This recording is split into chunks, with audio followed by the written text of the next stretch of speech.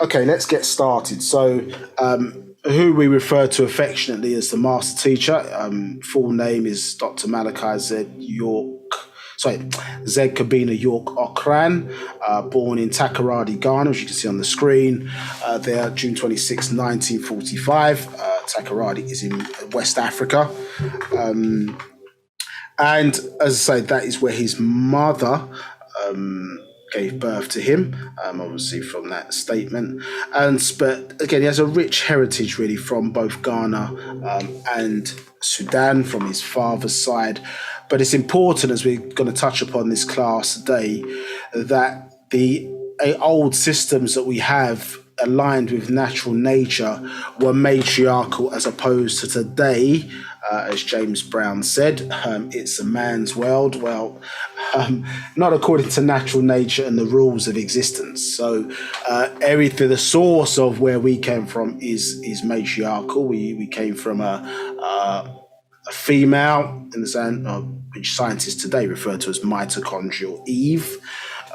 However, as I say, that's from their own sort of paleontology, archaeological studies and various things of that nature.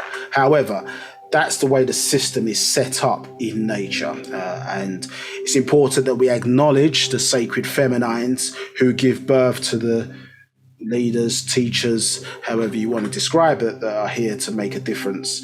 And in our case of Wu-Sabat, is unify the minds of the descendants of the Nagarnadu, us as Negroids, children of the Natharu, a word that we use for our higher ancestors in ancient Egypt. It means overseers. And so the system that they put in place is a matriarchal system, you understand, as the source of where things are birthed from. So certainly it's important to state that his mother, as I say, Mary Abba Akran York, without her existence, there would be no, at least a physical structure of a Dr. Malachi Z. Kabina York Okran. And there's no human being that is able to go outside of those rules, even in their so-called religious stories, unproven stories. Even the Son of God, who they call Jesus Christ, had to be born through a woman. So he was subject to the rules of existence according to that particular story. So Mary Abba Akran York, known as Fatima Miriam, as you can see her birth and transition dates there.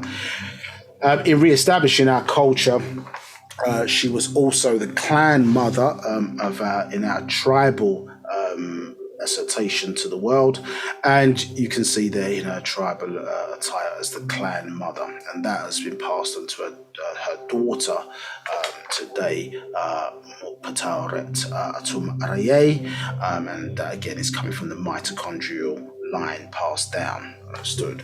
So Mary Abba Akran York, very important sacred feminine in the last 6,000 years, as our people seek to break out of the spell of Amam, as it's referred to in ancient Egypt, Kingu in ancient Babylon, and Leviathan, as it's referred to today in biblical texts. His father, Al-Hadi Abdul Rahman Al-Mahdi, again, very famous from the Sudanese side of the family, royal family out of Sudan, and his great-grandfather was Sayyid Muhammad al-Mahdi of the Sudan, a master spiritualist, again, who came in 1845, who was called the Mahdi in the Islamic degree, which means the guide, understood. And so a very important person, as I say, in terms of not many success stories, certainly in the last 6,000 years.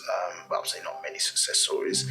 There's been a number of success stories, but more recently, I would say, of driving foreigners who came into our lands with bad intentions out of our borders, obviously back into Europe. And he's one of the ones, certainly, who was successful in that regard, using both physical fighting skill and also esoteric or spiritual power, as you would have it today, using nature against our foes and enemies. So understood. So in our culture, what they are supposed to describe as the metaphysical and the physical, to us there's no real distinction. It's a case of We're moving from a state of energy into matter, overstood, and it all matters to us, overstood. So there's no real separation in that regard. It's just, as we're going to a little bit understand a little bit today, the importance of perspective, yeah, and how that can shape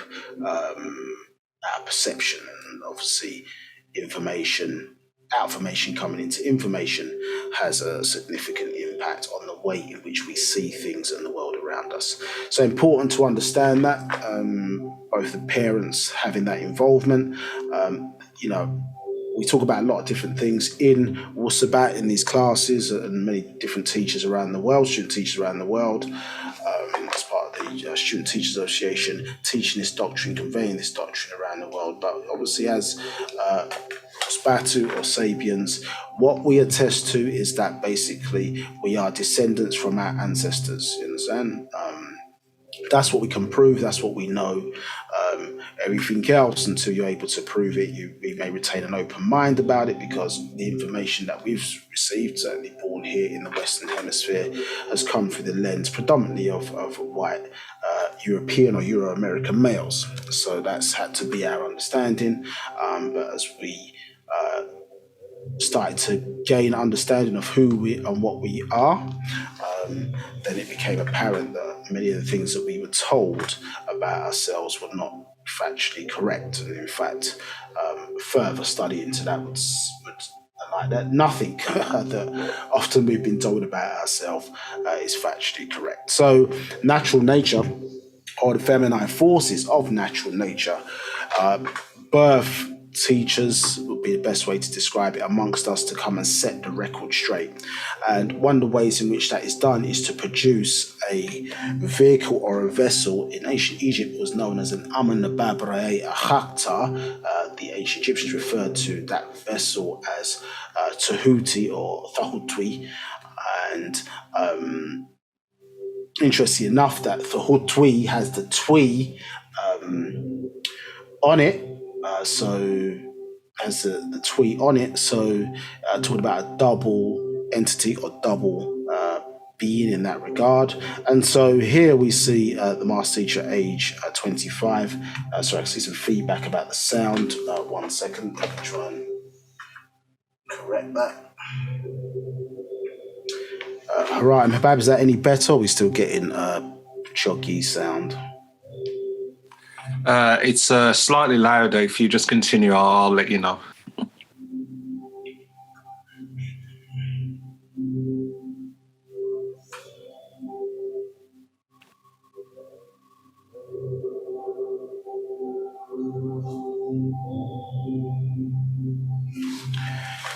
Yeah, please continue to give us feedback, because as I say, we want it to be perfect. So the audio is low on their end.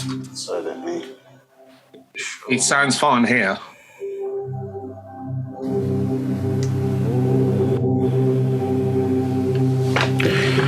Okay, is that any better? Just give us some feedback if that's any better. I would say that your vocal is slightly distorted, and there's a lot of background noise now. Okay, is that too sensitive? Okay, that's way better. Okay, all right. Yeah, it's better there. Okay, all right, let's crack on. As I say, if it's not working, just give us some feedback and I'll adjust accordingly. So, as we were saying, this Ba'h B'ah Yaanuwn, also known as Thahutwi, and it's interesting that Thahutwi, the TWY, denotes duality there when you see that added, and so it's showing us here that there's a presence of two beings. So this is a vehicle or a vessel that allows our ancestors to communicate certain information that we need to know in order for us to be ready for that transition or ascension journey. So the planet's going through transformation and changes, and obviously as entities here on the planet, we are also subject to our own transformation and change, and natural nature is helping us to do that. So the feminine forces always birth one amongst us, as I say, to come and teach us what we need to know. And in this case, this being from 1970, which was the breaking of the 7 seals, symbolic of the 7 major scriptures within the monotheistic religions. And basically that presentation was necessary in at least the first half an hour, I suppose, from 1970 down to 2000, in order to give us an understanding at least of the misinformation we've been taught in religion, to prepare us then to go into an overstanding insofar as learn about our own culture. So the first combination in order to help us to reach that level of knowledge and development was Isa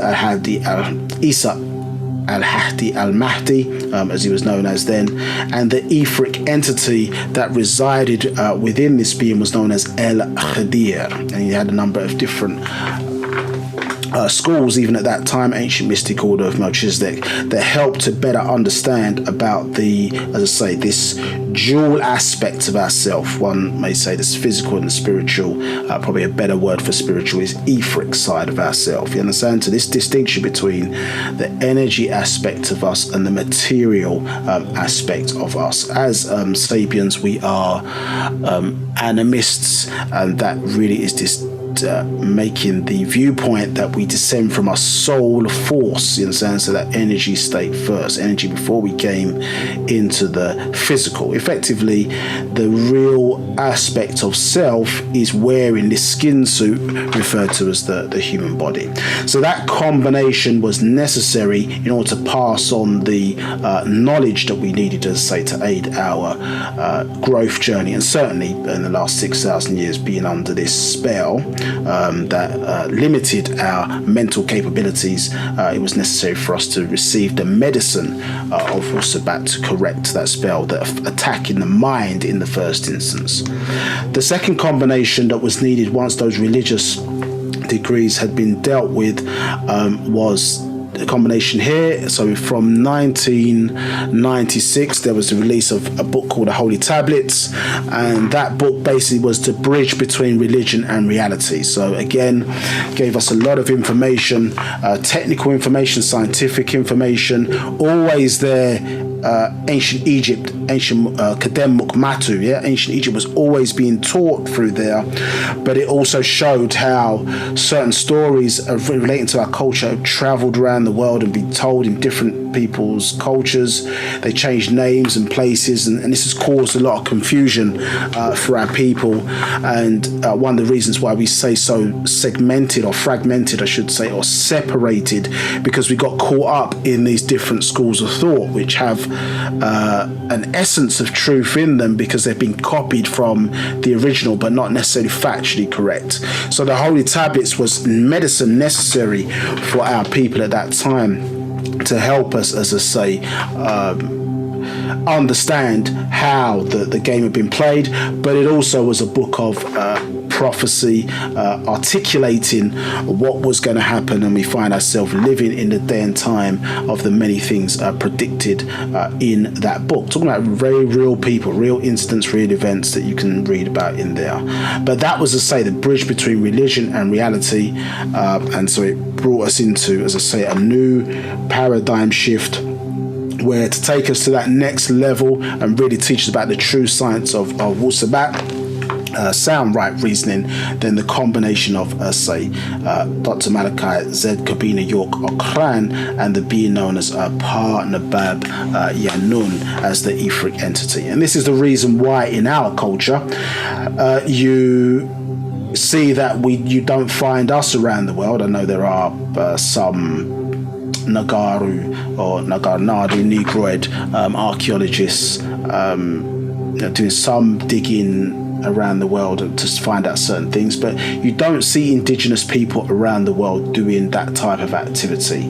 And this is because in our case we have a different system in operation, so it's not necessary for us to disrespect our ancestors by digging up their bones and studying them under a microscope to find out how they lived, so on and so forth. In our system, Outformation and the mental, which is a form of, say, internet, arguably for the mind, to understand like that, means to say that we're all tapping into the same mental reservoir of information and effectively are downloading outformation coming to us in the form of information from that mental reservoir. But incarnated masters obviously have access into that reservoir and effectively are able to teach us what we need to know, pertinent information about the past, clearly about the present and the future.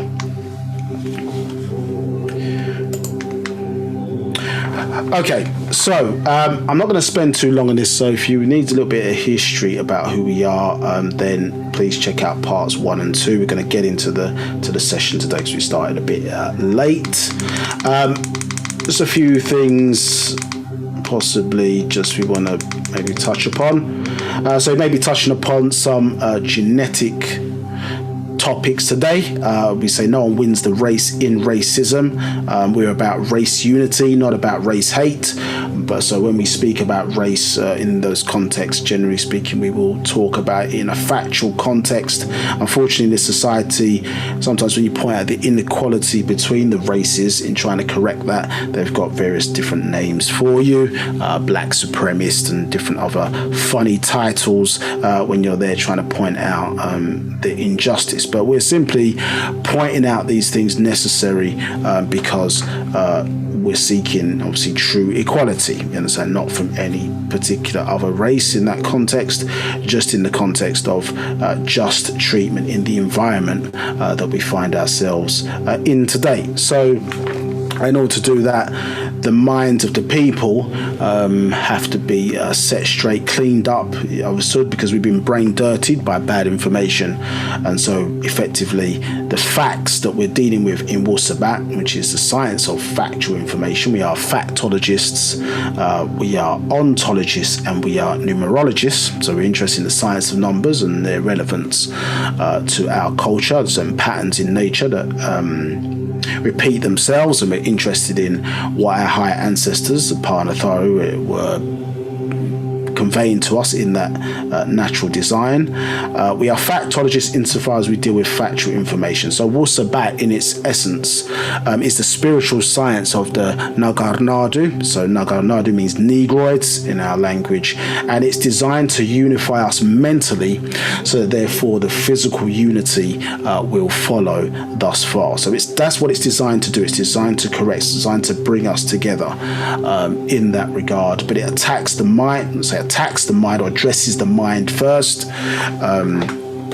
as you can read about in the Right Knowledge series. So it visits the descendants first, and then those who are able to apply this self or do-it-yourself self-help solution in that regard are then able to help others. And as I say, natural nature is to be tribal, is to be together, live for and by one another, which may be sometimes in a lot of instances opposite to how the West has us thinking. Some of you have travelled back to Africa, or maybe even to the islands in the Caribbean. You get exposed to maybe a different perception of thinking sometimes when it comes to that, and sometimes it makes you think how maybe we're a little bit selfish here in the West. We don't think sometimes in a tribal manner. It is a kind of dog-eat-dog world sometimes, as it can appear to be in a lot of instances. So we have to learn to rethink and get back to the way in which we used to do things and affect the present in order to take control of our future. So, no one wins a race in racism, and we're going to skip through this and jump to where we need to be today. So if there's anything you don't understand, then please feel free to ask questions. That's what we're here for. So in the last part of the class, we were talking about how the world, or how the planet turned. So we were getting some greater into an understanding of the movement of the planet and how it affects time systems and different things that we understand to be on Earth. And so, as I say, this is not a religion. and it is a culture and a way of life for us, and it's holistic. So you do have to understand the science. Now you could say, well, this is the white man's terminology and different things of that nature, but the importance of it for us, at least, is that's the information at the moment which is here and available for us to look at, research, etc. So remember, famous saying of the master teacher is, don't believe me, check it out. And so that is, it's not supposed to be, oh, I like him, so therefore I don't have to check him out. No, the issue is that once you study, once you get into the books and you pull them apart, then it's become something that not something that you believe in. I mean, that belief is acceptance of things that you don't know. So if you just accept it because of the source that it came from, you don't really know. When you study it and you understand some of the terminology or whatever, you got confidence in it because you've gone through the process, and it's going to take you obviously from knowledge to right knowledge, obviously right wisdom. Wisdom is the application of knowledge. And then when you understand the subject, you're really over it, understood? So, that you want to get to that state, and so much outformation in the form of information has been released by the master teacher. You're talking about over 1,000 books, and been teaching really unofficially since 1963. Then there's a lot that's been conveyed in a very short period of time, and so a lot of subjects do come back around again, because in this day and time we're moving from what was referred to in the lost records of time as linear progression to cyclical evolution.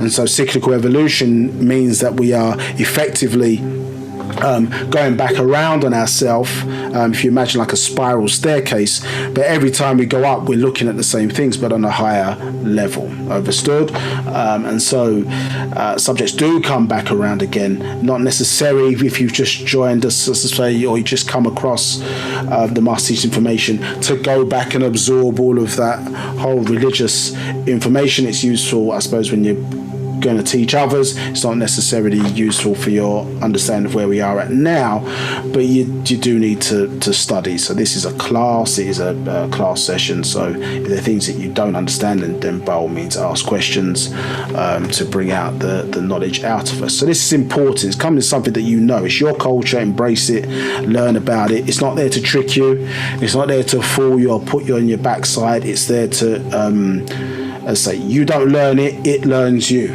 So you need to put yourself in the position for that to happen. You understand? And one of the ways of that is reading. You understand? So it's not holistically the only way to absorb knowledge, but it's a very important one. And that's what our ancestors decided. That was the main medium or mechanism that was going to be used, so we should respect it. You understand? Most of the scrolls that you see, certainly the actual fact series, they're called Nafirmul Madatat. They're called the beautiful words. So and you see how that's important in recording things or keeping records, because they last throughout the ages. One of the things that we love to do as a people oftentimes is we like to talk, but there isn't always that person in the room. So if you're having a business meeting or any type of meeting, there isn't that person who's there keeping the records, and sometimes those records are really important. If you've got to go back and analyze how maybe a mistake's happened, you need to go back and analyze, how did we get to this particular issue that we're facing today? What was the errors? What was the mistakes we made? Well, those records become really important. And the nature of our ancestors was to record, everything in terms of our life, and even on the walls of the monuments and various different structures that we built, so they would last throughout the ages. Understood? But the etheric backup of that is to produce individuals who can come and teach, but they again are subject to the rules of not only the environment, but we have obviously a lot of enemies who don't want change. They want to stay to be the ruling party, and many of our leaders and great teachers have been killed, assassinated, character assassinated, and various different things over the years for bringing those records of the past back to the present, as I say, so we can take control of our future. So let's get into the recap quiz. So I'm going to launch that on Zoom right now. Don't be afraid of the questions. Answer it to your best of your abilities. So I'm going to launch that right now. So I'm going to give you, let's say there's only 10 questions. Let's say we'll give you 10 minutes. No, let's make it 8 minutes. 8 minutes to answer through those questions. So as I say, answer in the best way you can. For those of you on Facebook, I'm going to walk you through each question. So I'll leave it on the screen for about 30 seconds. And then you've got the opportunity to place those answers in the chat to see where you're at and if you got those answers right. So mainly these were in part 2, the answers to these questions. Okay, so let's go with question number 1. If I'm causing you some disturbance, just mute me out. I'm just speaking for those on Facebook to ask these questions for them. So question number 1, what direction does the great clock of all time or all or most clocks move? Yeah, so remember we said, I think time didn't have a direction, so we're talking about clocks here. Yeah, so clock of time, looking for a specific answer. So the answer can either be clockwise, it can be in alignment with natural gravity, in alignment with natural levity, or counterclockwise. Yeah, so what direction does the clock of time or all or most clocks move? Yeah, so those of you on Facebook, see if you can answer that one.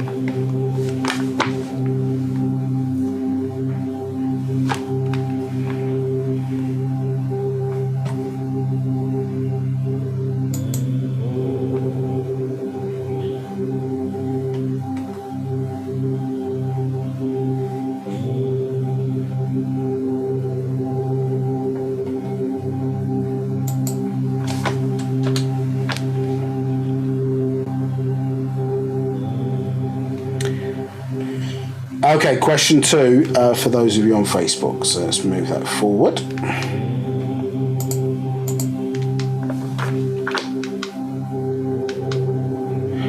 So, question 2. The shape of the planet Earth's orbit around the Sun is best described as either circular, linear, oval, or elliptical.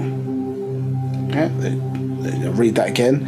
The shape of the planet Earth's orbit around the Sun is best described as circular, linear, oval, or elliptical.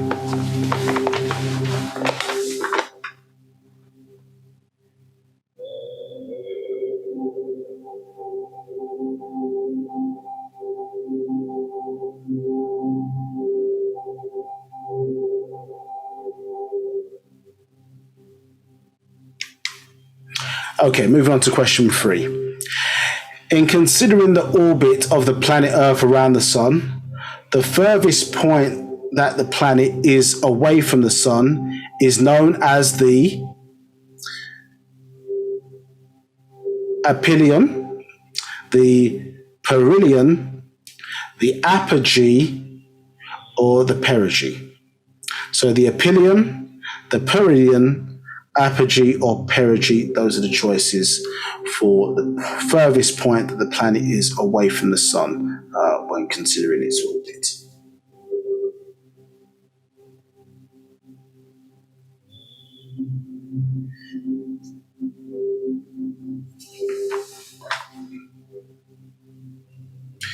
Next question for those on Facebook. In considering the orbit of the planet Earth around the Sun, the nearest point that the planet is away from the Sun is known as the aphelion, the perihelion, the apogee, or the perigee. Again, it's the same answers, but same sets of answers, but a different question. So nearest point the planet is away from the Sun, aphelion, perihelion, apogee, and perigee.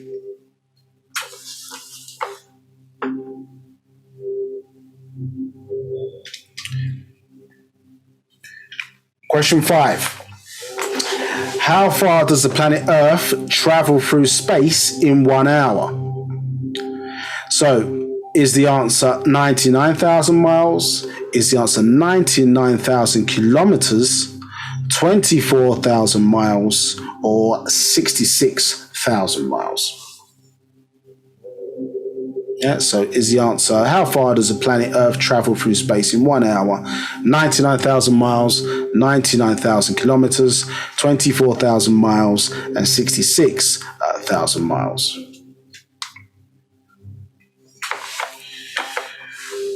Question 6. The planet Earth's tilt, which causes seasons, is referred to as its axis of rotation, obliquity, elliptic, or obsolescence. So the planet's tilt, Earth's tilt, which causes seasons, is referred to as its axis of rotation, obliquity, elliptic, or obsolescence.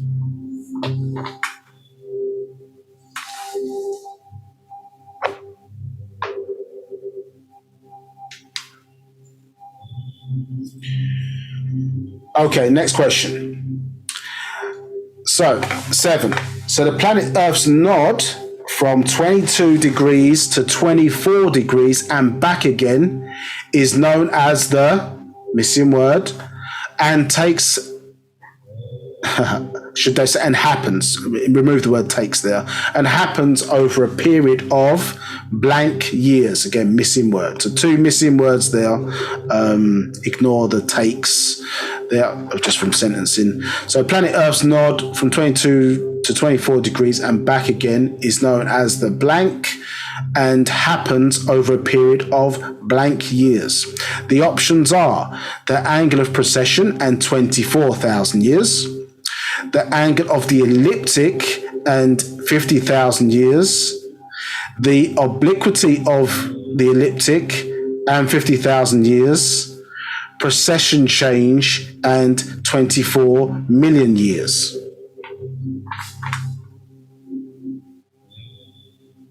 Interesting one. Yeah, so the angle of precession, 24,000 years, angle of the elliptic, 50,000 years, the obliquity of the elliptic and 50,000 years, and precession change and 24 million years.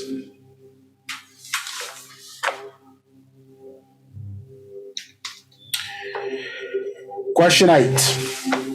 So, the Pa'h, the sun's gravitational domain that holds the planet Earth in its orbit, is known to extend blank miles into space. Yeah, so the options here are 24,000 miles, 96,000 miles, 19 million miles, and 19 trillion miles.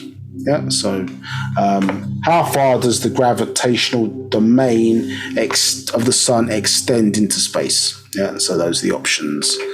They are 24,000 miles, 96,000 miles, 19 million miles, and 19 trillion miles.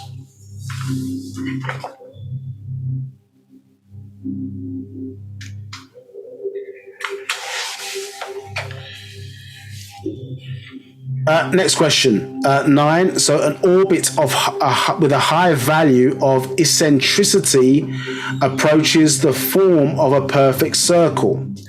Is this statement true or false? So obviously only 2 options there. So an orbit with a high value of eccentricity approaches the form of a perfect circle. Or another way to say it is, if the orbit has a high number or value of eccentricity, it forms a perfect circle. Yeah, so that's what we would see. So is this statement true or is it false?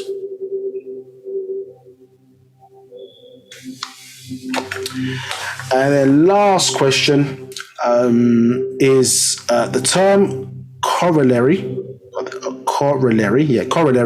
describes what and its consequence. So the term corollary describes what and its consequence. Option 1, a bulging equator and causes the Earth to slow down its rotation. That should be its. rotation. A flattening of the poles and causes a bulging of the planet Earth at the equator, leading to a larger equatorial radius. And then an axis shift that causes the axis to point towards the center of the galaxy as opposed to away from the same. So away from the center of the galaxy, effectively. Yeah. So let's give you a few more minutes, just a couple more minutes to answer that. So people are just finishing off. So a couple more minutes just to answer that set of questions there.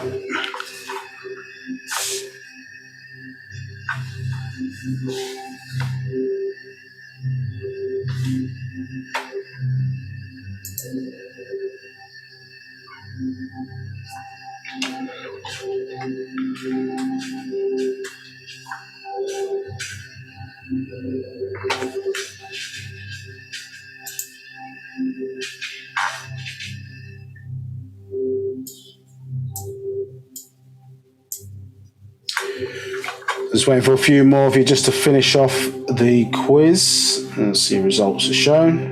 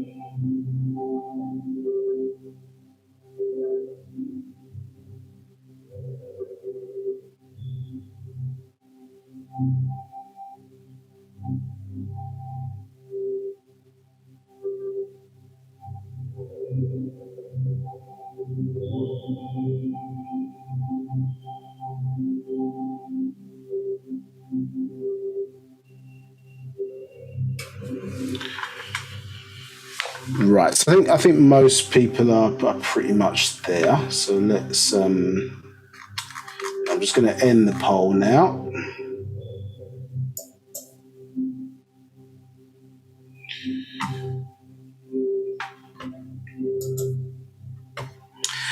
And just so that we can. Just so you can see that we did teach you this stuff last week, we will show you exactly where they are so people can have a visual perception of what we were talking about. Okay, so... Right, okay, so what was the first question? Let's see what we're talking about here. So the first question was, what direction does the great clock of time or all or most of the clocks of time move? So the most popular answer was clockwise. So yeah, a little bit tricky there, I suppose. One person got that right, so it was counterclockwise. So when we talk about the great clock of time, the trick, I suppose, that's been played, isn't it, is that the clocks move in most of the timepieces that we see today, they move in a clockwise direction. But in nature, you tend to find that things move in the opposite direction. So they move counterclockwise. So, for example, the movement of the sun as it is perceived to move as it pans across the sky, from a person standing on the earth looking upwards, it moves from east to west, seemingly going under the ground to resurrect again, or under the sea to resurrect again. So that is moving in a counterclockwise direction. And most of these orbits that we're talking about as well are also moving counterclockwise. Yeah. So in that regard, I can't see where we put that in here. So you can see counterclockwise there. Right, okay, next question. Question number 2. The shape of the planet Earth's orbit around the sun is best described as... so pretty even across the board in the answers of this one, but it will best described as elliptical. Yeah, so overall, I could probably give you a bit of that, but elliptical would be the correct description there. Yeah, so I'd say it's being pulled. The planet Earth is being pulled in various different directions, not only the gravitational pull of the sun, planets on the opposite side as well, and so therefore it causes it to have an elliptical rather than circular orbit. Question number 3. Let's just see here. So question number 3 is, considering the orbit of the planet Earth around the sun, the furthest point that the planet is away from the sun is known as the... and so here, the most popular answer here is the perihelion. And it's in fact the opposite. So this is the aphelion. There's a couple of you got that right. Aphelion here. And this is really dealing with question number 4 as well. So let's look at this diagram here. You can see the furthest point here is the aphelion, and then the shortest point here is the perihelion. Now, interestingly enough, we see apogee and perigee, and it's the same thing. So apogee, though, that applies effectively to the distance of the object which is orbiting around the planet Earth. Yeah, so we talk about the moon. Yeah, obviously when its apogee, so the furthest point is away from the planet Earth, and its perigee, this closest point is, its apogee, the furthest point is from planet Earth, and its perigee, the closest point that it is from the planet Earth in orbital terms. So so apogee is relating to the Earth. Here, when we're talking about aphelion and perihelion, we are talking about the Earth in relation to the Sun, and that's orbit. Yeah, so that deals with question 4. So most people, as I say, probably selected perihelion there. So for question 4, most people got that right. Yeah, so question 4, most people got that right. Now, how far does the planet Earth travel through space in 1 hour? So again, a bit of an even mix across answers there, but the correct answer is 66,000 miles. Yeah, 66,000 miles it travels in 1 hour. I think we can see that here on this diagram as well. 66,000 miles per hour.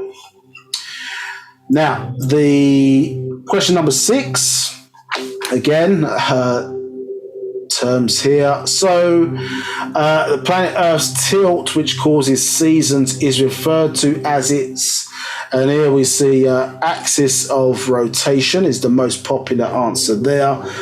We've got elliptic and obsolescence, but nobody selected obliquity. So let's see here what we taught you last week.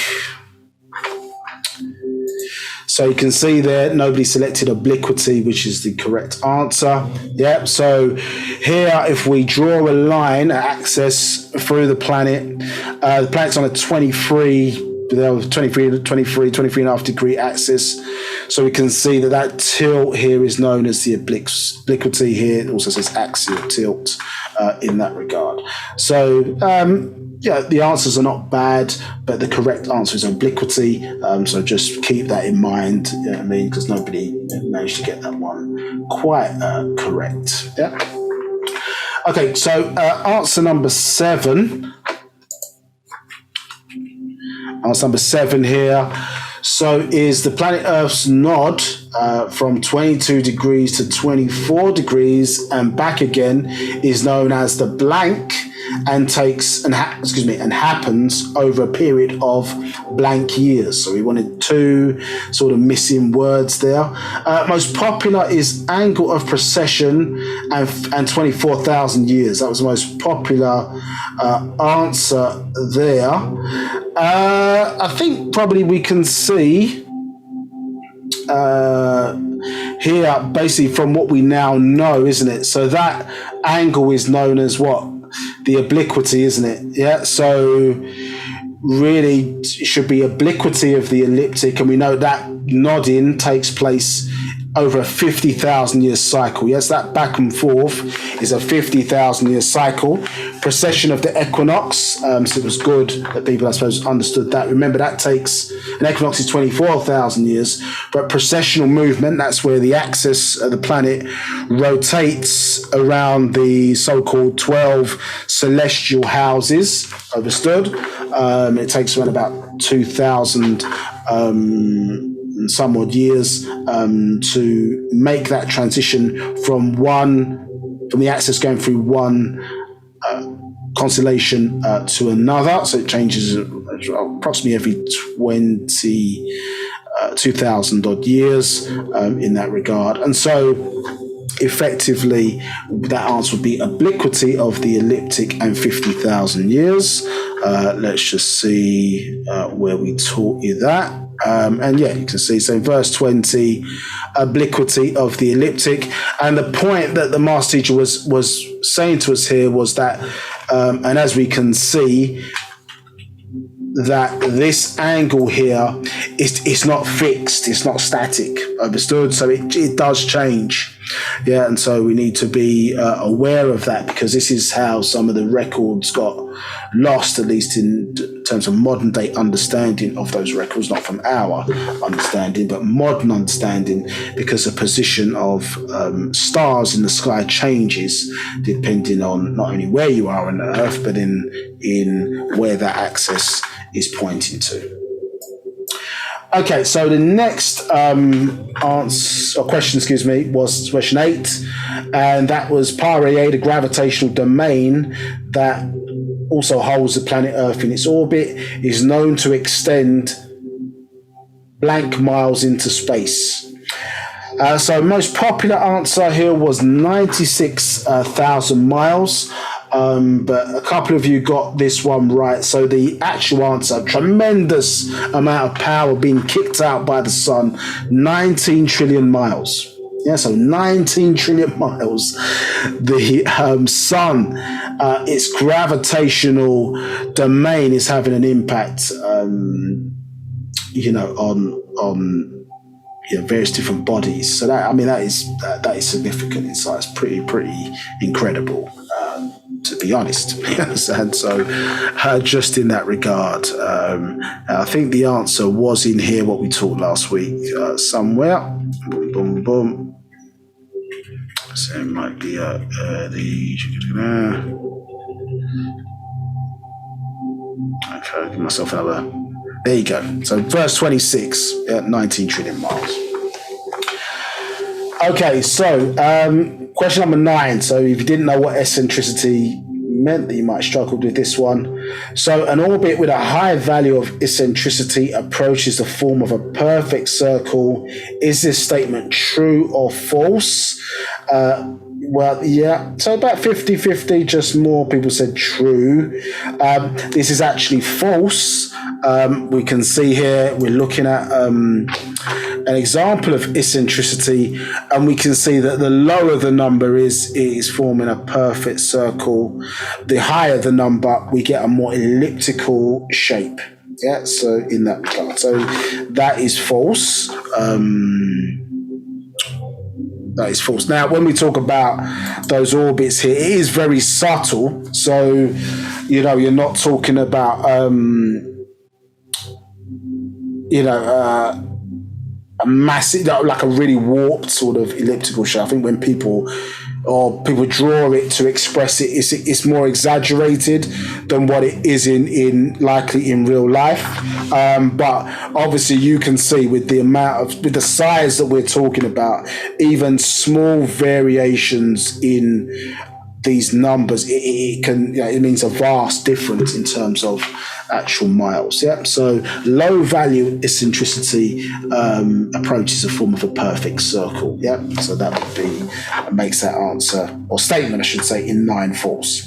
The last question, the term corollary describes what and its consequences. So Yeah, the majority of people did get this one right. So the answer's here: bulging of the equator and causes the Earth to slow down its rotation.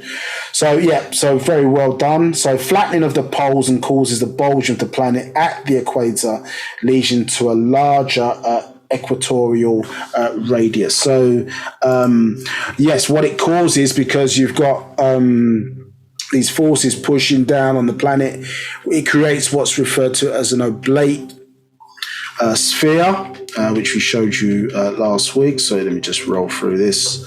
Yeah. So, and as we can see, so this basically, this shape here, so we've got these energy forces pushing down and then pushing up on these poles. You know, it is an extreme diagram. Remember that. So this now causes this radius here, to be short, but this radius here is elongated by about 14 miles in comparison to the top. So obviously, if it was a perfect circle, any point that you took from the circle would be equidistant, so it wouldn't be a change. But obviously, because of this phenomena here, then basically the equator, basically the radius is 14 miles wider here than it is if you went from the top here, from the poles.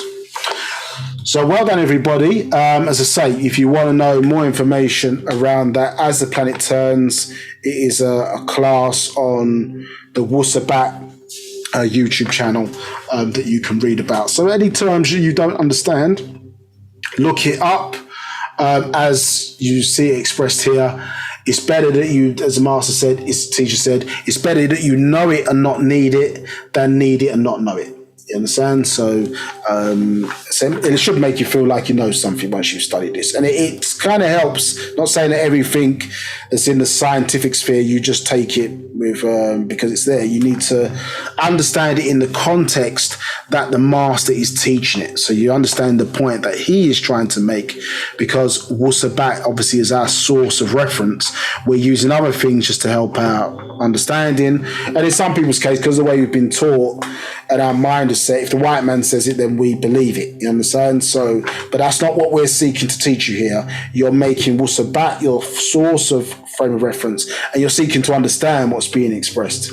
So certain terminology, technical terminology is being used. You don't understand it. You're not supposed to just ignore it. You're supposed to stop and say, okay, well, let me look up what that is. And we are in the information age. The age of Tar, age of Aquarius, some refer to it as, and so we do have the ability to look things up, and therefore should do so. Yeah. Okay, so that's the end of the quiz.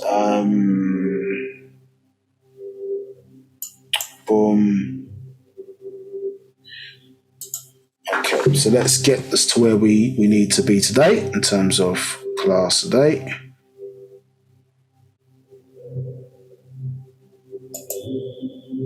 Okay, any questions before I'll move on to the next section? There are no questions currently. Okay.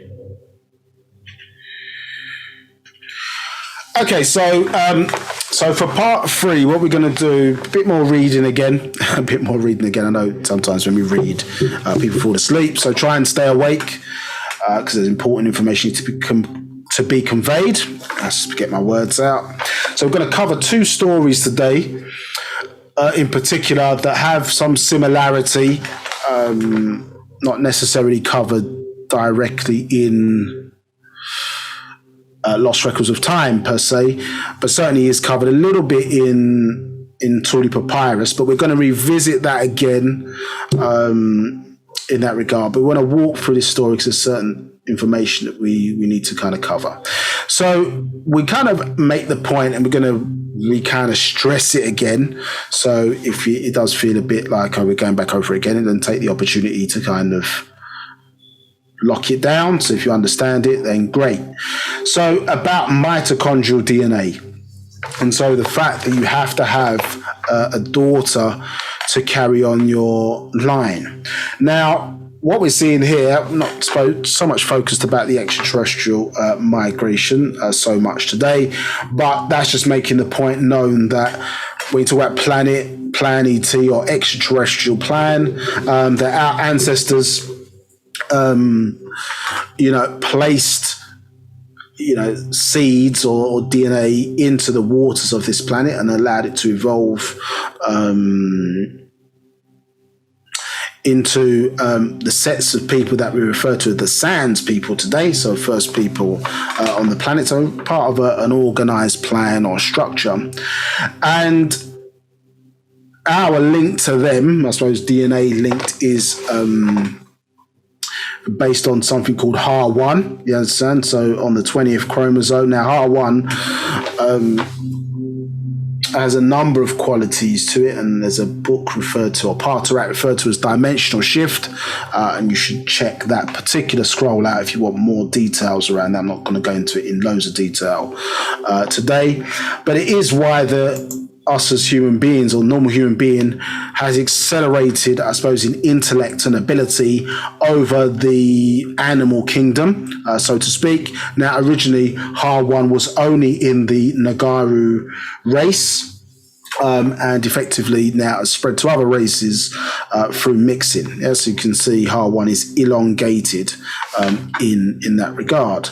Now, this, I think, question 30 is from a book called My Brother the Extraterrestrial. So that was today's clan mother, Mutpataret Atum Araye, in conversations with her brother, who she accepts, even though they're blood related, accepts as her master teacher, and learned about her culture, and collated a number of letters that she'd received over the years and put them in a book.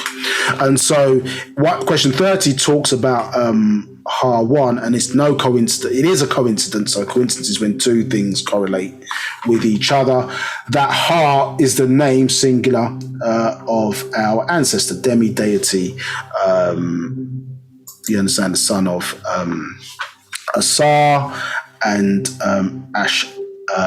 Arashtat. You understand, or Isis, who they call Isis. Now you can see here from the feminine extraterrestrial line. So here we're looking at the 9, or the female side of the 9. Lisa, we see Tefnut or Tefafnatat, Natat, Nut, they call, and then Isis. So via that or lineage line, we see that deposited into Hara. Now, remember, in one of our previous classes, we took some time out. It might be his story, when we were going through actual facts, his story. We explained to you about the story of Ray and Isis. Understood? Yeah, Ray and Isis, and the how Isis is a sacred feminine. Even back then, there was a male domination, one might say, in the ranks, and she felt as a female, well, men were not ruling correctly, and therefore wanted access to the power of the Most High at that time, Ray. Understood? And so took some of his spittle, and formed it, combined it with a snake, and basically put it in as the story goes, put it on a pathway where he used to walk every day, and the snake bit Ray, and he couldn't understand. He was very sick, you understand. Condition was deteriorating, but couldn't understand how he had been poisoned. Didn't realize, obviously, that she had combined his own, the snake's poison with his own DNA, and that's why he couldn't receive the cure. Now, basically, she offered to cure him if he gave her part of his secret tone or name. Yes, understood. And he agreed to do so. I'm cutting the story short, but he agreed to do so as part of that negotiation. And basically, but she was to keep it but she only passed it on to her son Ha, and he was supposed to keep that until the end of time. So what renders an individual, so Ha is an individual, one of our ancestors, but is also, like many of these ancestors, is also a seat or a position. Understood? So hence why many people can be called Ashtat or Nutat or even Ha if they have the right qualifications. So if you think about in the American system, they don't do it so much in the UK, but in the American system, both past and present human beings who have occupied the seat, they refer to that person as Mr. President. Understood? Yeah, so past and present. So George Bush is still referred to as Mr. President. Barack Obama is still referred to as Mr. President. You know, Joe Biden, who is the current president, is also being referred to as Mr. President.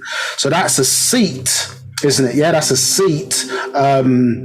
You can see that many different people occupy. And the seat obviously outlasts the lives of many human beings, so it becomes immortal, or, you understand? It lasts for a long time, the seat or the position. And that's how the person's name lasts for a long time as well. So in that story, her giving him, in Ashtak giving her son the secret tone or secret word or sword, yeah, secret word, that tone or part of Ray's name, he was to keep it to the end of time. Thus that made him a Ha. Yeah, a keeper of the secret word or tone. Yeah, or tone, secret tone, understood? So that's what renders that. So you can see that basically, even from an Etheric point of view, understood? Yes, there is a lineage that takes place and then is donated clearly from our ancestors, our higher ancestors, the Pa Natharu, you understand, who that's what the Egyptians called them, but their name is the Murazaku, yeah, so Riskians, yeah, Murazaku means providers. Yes, and so they provided a pathway, remember, because they had, in terms of their evolution and growth, ascended to a point where they had no longer need of the physical body. They wasn't deriving nutrition from food sources, so had no longer the need for the physical body, and elevated to a higher plane of existence. So Ha-1 is one of the ways or pathways how we're connected to them etherically, and how we're able to say to transition up in terms of growth or fulfilling one's potential to, as part of their children, to become one of them. And that, as you know, that's part of your own ascension journey, isn't it? To become a 720-degree being, 360 degrees of the physical, 360 degrees of the esoteric. Yeah, becoming 720, 7 plus 2 is 9. You know how it is. So in the real degrees, that's the degrees of life, the real degrees in the university, that's what we would have been learning about. So Ha-1 shows that a version of that lineage through the female line being passed on to this, to Hara, who was a combination of mortal or human being plus half extraterrestrial in that regard. Any questions? No questions. Okay, I can see one that's on the Facebook. What is the most vital piece of Outformation in the revelation to the Sabaeans? It's a fairly large book. Mark there, if you're asking that question, so I think you need to clarify that bit. This is just me personally. I don't tend to rate one information higher than the next, like we're reviewing, because it's all useful. So if the whole book's been produced, everything's important. Now, the messages have a writing style. I'm not sure so much if it's in a lot of the newer books, and it used to upset a lot of academics because they used to capitalize every word in the book. Yeah, so the first word of every word in the book was capitalized. Now, some people say that's not proper English, and used to put them certain people out of pocket. But the reason for that was he was saying that every word is important. Yes, so every word in the book is important.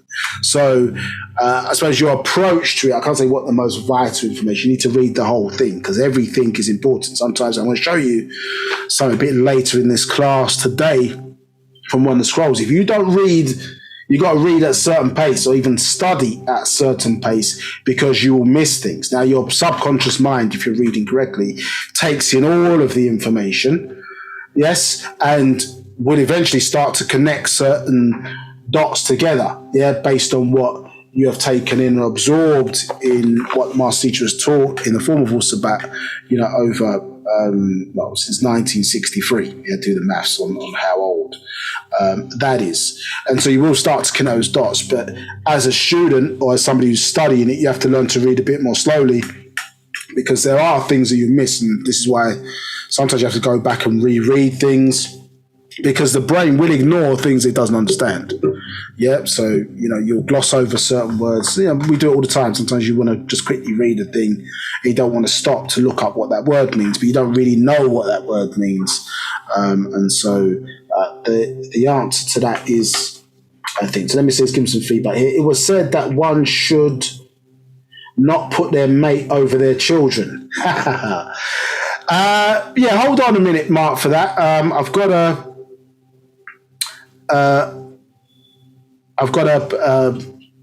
We're talking about something a little bit later on in the class, and so we're going to show something in that regard as to what, I suppose, love really is and that type of thing, and how one should approach that type of thing. That type of thing. So, hold on when we get to the end of the class. There'll be a couple of slides there that tackle that issue. Now, so basically Project 24, as you know, describes the seeding of the planet here, and obviously male energy coming from the Orion star constellation, and DNA, coming from the Orion star constellation, and female DNA coming from the Sirius star constellation. And the first set of that project was conjoined twins, then splitting off into hermaphrodites and hermaphrodites. So hermaphrodites, both genders, but leaning more towards the female side. Hermaphrodites, both genders leaning more towards the male side. So triple chromosomal expression. I'll touch upon that again a bit later. And then initially we were born as twins, and this is why women have two mammary glands. One was born, one female child, one male child was born. As far as male-female reproduction in that regard. So we've got mitochondria, as you'll be familiar, or mitochondrion, which is the battery of cells, and watch a short video just to explain that. But you can see here how the mitochondria, we've got nuclear DNA, and the reason why it's called nuclear DNA, this always can be a little bit confusing, some of these terms, is because this is a DNA in the nucleus, so they call it nuclear DNA. But mitochondrial DNA, which evolved separately, so they talk about in actual facts 18 plus 18 plus 1, the 37 genes of the mitochondrial DNA. So you want more information about mtDNA, seek out the actual facts. But it talks about its evolution being separate to that. So 19 billion effective events of different types of bacteria interacting with each other eventually produce this intelligent, self-replicating life form referred to as mitochondrial DNA, being housed by the woman predominantly, and mitochondria, as I say, is the battery of cells. Now, the male does have an equivalent, which you can read about in chapter 1, the Holy Tablets, referred to as YAP DNA, Y-A-P DNA. YAP DNA has an equivalent, but in that YAP or YAP DNA is in the tail of the sperm. And basically, when the sperm and the ovum fuse together, the tail drops off. You understand? So the empty DNA by the female dominates the male DNA. Hence why you don't get patriarchal lineage when a child's being born. Now, the man does donate a third of his being chromosomally, so basically, and the woman donates a third, and then that creates a new third.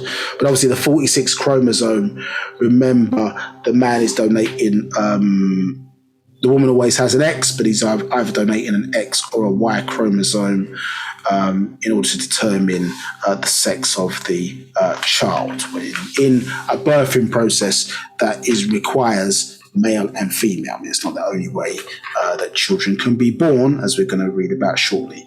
Let's look at a short video. I think we've shown this before, but it's a nice reminder just what the purpose of mitochondrion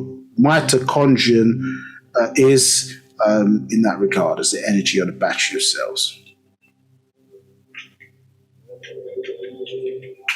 Oh, okay, I need to click on something here. Bear with me.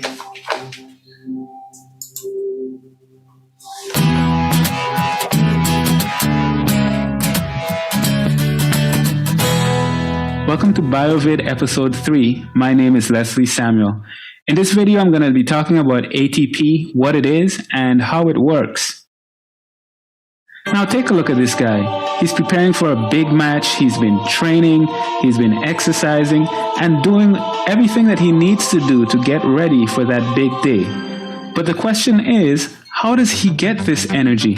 Well, part of the answer has to do with a small molecule with a big name.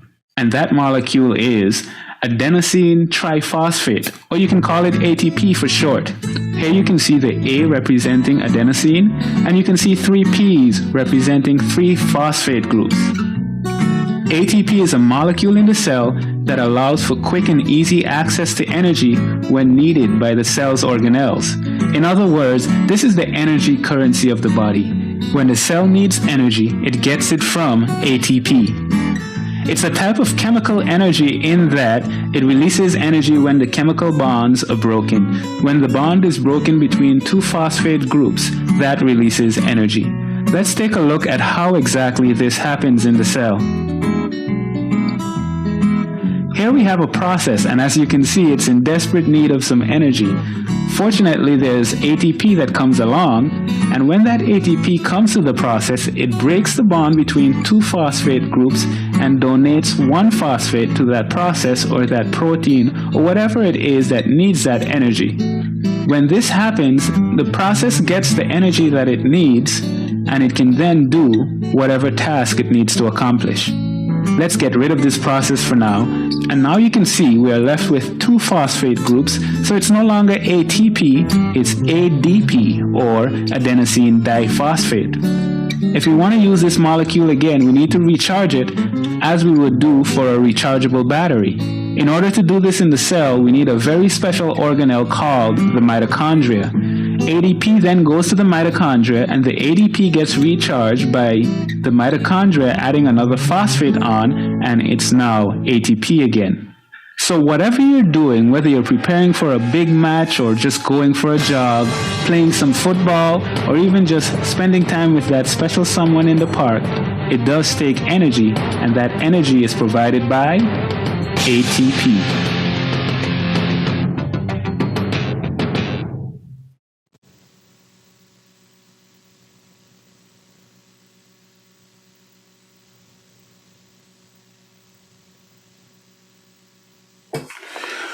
Right, so you're getting some understanding there, and of, the energy, or how the energy, or how cells, are recharged. This is one of the things. So, because this is feminine in origin, that is showing you basically that, the religious teachings of woman coming out of male, which we know is scientifically impossible, because the woman has 2.8% more genetic material than the male, and so the Y chromosome is 5 times smaller than the X chromosome in size, and it happens just to be a defective X chromosome.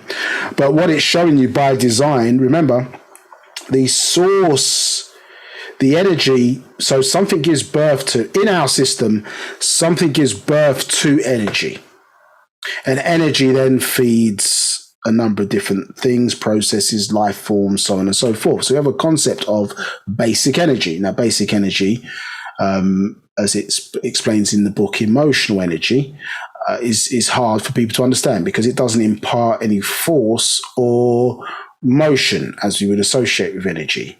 Understand? But it gave birth to energy. Understood? And thus, motion came thereafter, as we see stillness out of motion. We were talking about this, I think, in part one of this sets of classes, in relation to time. So this is showing you that basically the energy source is birthed, and then that which the life form that needs to feed off of the energy comes afterwards. You understand? So the mother has to be there with the energy source, in this case of a human being. You think about the woman has to be there, otherwise what is the child going to feed on? The child has to feed on breast milk in order to grow and develop itself and certain nutrients. It can't take solid food straight out the gate.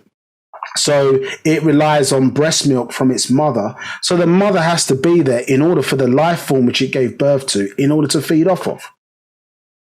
You understand? So, and these rules have existed time immemorial in nature. You understand? So they try and give this impression that this being named Adam sprung out the ground, understood, then on this one singular occasion was sprung out the ground, fully formed human being.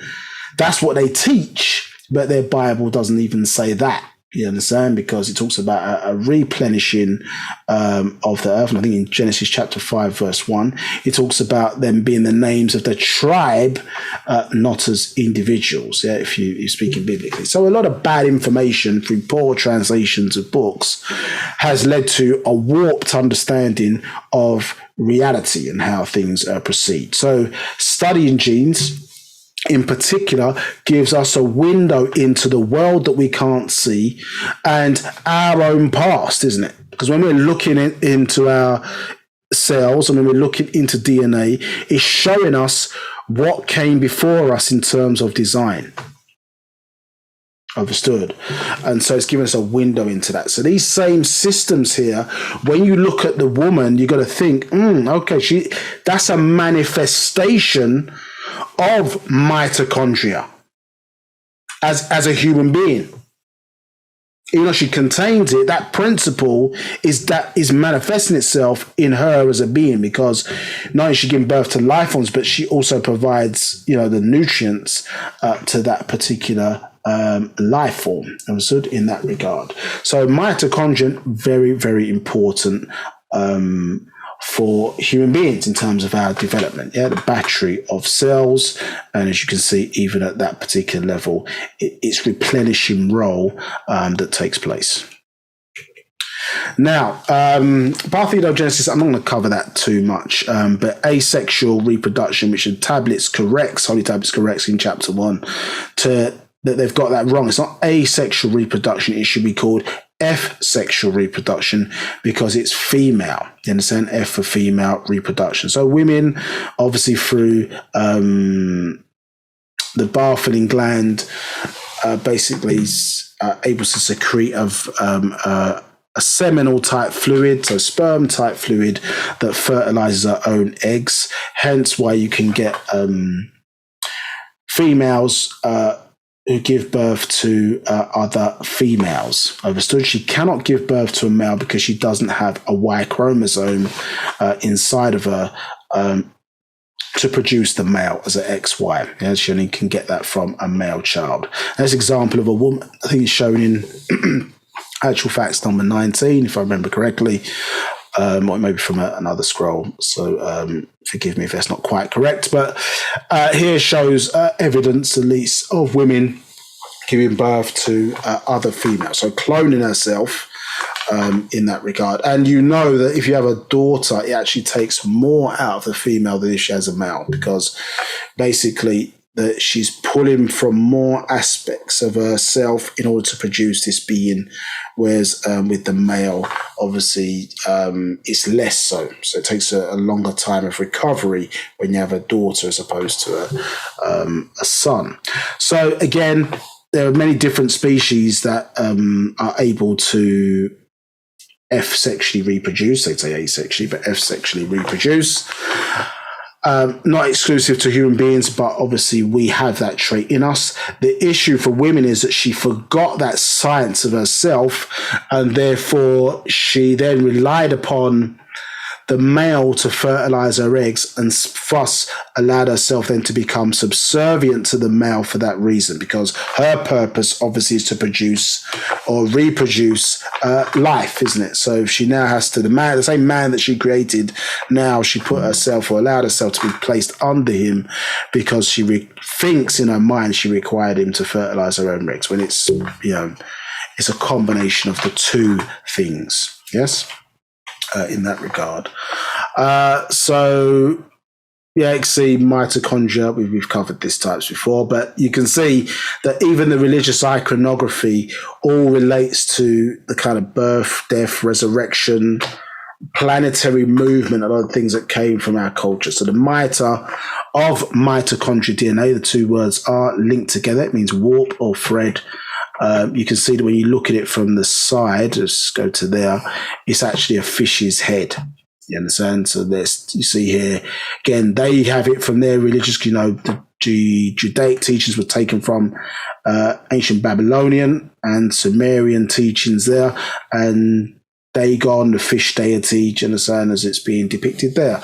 Now, see, all of this mystery and confusion.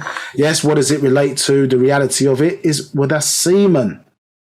Listen, S-E-M-E-N, semen, seaman, fishman, semen, you see? Yeah? So this is where all this confusion comes in. And it even ties into some Masonic teachings around that, but maybe for another day for those with the Tubal Cain. But the blue house, as they refer to it as. You understand? So it all ties back into our stories of birth, death, and resurrection, obviously within our culture. And as I say, it's been travelled around, and somebody's added their little spice to it and different things, and caused a lot of confusion. When there's a simplicity behind it that, as ontologists, we're seeking to get back to, to really understand what was taking place and what was going on, because a lot of things have been shrouded in symbolism. And so that's why we have to get back to the source of how the story was told by us and our perspective on things, because we were here first originally. So what we got to say about the matter?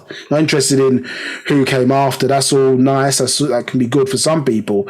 But from us, we need, our starting point is back to the original, because we were there when things were created. We are linked back to those original energy sources. So we can get caught up, and many, even Sabaeans do get caught up along the way, and they stop off. I want to deal with the Sumerian doctrine and Anu and Inki and Enlil, and I think that's the truth, and I'm not going to move from that. Or I might get caught up in the Native American side, or might get caught up in even some still in the religious side of things, get caught up in that. But the real journey is to still continue, isn't it? To walk, let the master hold one's hand and walk you back to the source, in the sense, not only of life that took place in this planet, but into the stars and even beyond the stars. Understood. So we can see here that nuclear DNA inheritance, we all inherit nuclear DNA from, which is all of our ancestors, since with a combination with the morphogenetic field, we all principally end up with a similar skin suit. Understood. The details within that skin suit obviously vary depending on your lineage, but you can see here in the mitochondrial line only down the female side. So why are we talking about this today? Well, it's because our systems of governance and rulership are based upon natural nature. So as we keep kind of saying, when we was in our height as the Kadem Mukmatu or ancient Egyptians, we basically, to stay close, we wanted to be in alignment with Pa-Natharu, you understand? And the Murzaku, wanted to be in alignment with them. So everything we did, building, structures, culture, etc., was based upon natural nature, because that's what they've conveyed in terms of their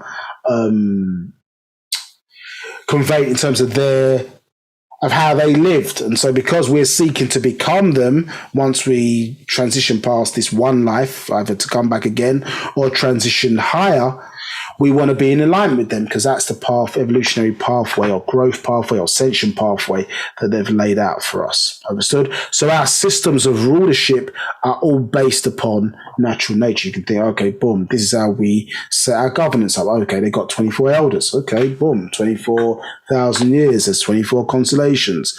You understand? 12 positive, 12 negative, 12 females, 12 males on the council. So everything we set up is based upon nature systems, understood, to keep in alignment with natural nature design. So you can see here this extract from Lotus of Life here from Daniel Fairbanks. J. Fairbanks says, during sexual reproduction, humans, the male sperm only carries a copy of the nuclear DNA. The male's mitochondrial DNA is left behind. The empty DNA is supplied in the egg from the mother because her egg comes already with the mitochondria preformed. The male contributes only nuclear DNA chromosomes, the 23rd chromosome, you know that. The female supplies the mitochondrial DNA. As a result, inheritance of empty DNA is traced back through the female line. Mitochondrial DNA is an integral part of the cell structure and fully integrated in every working cell.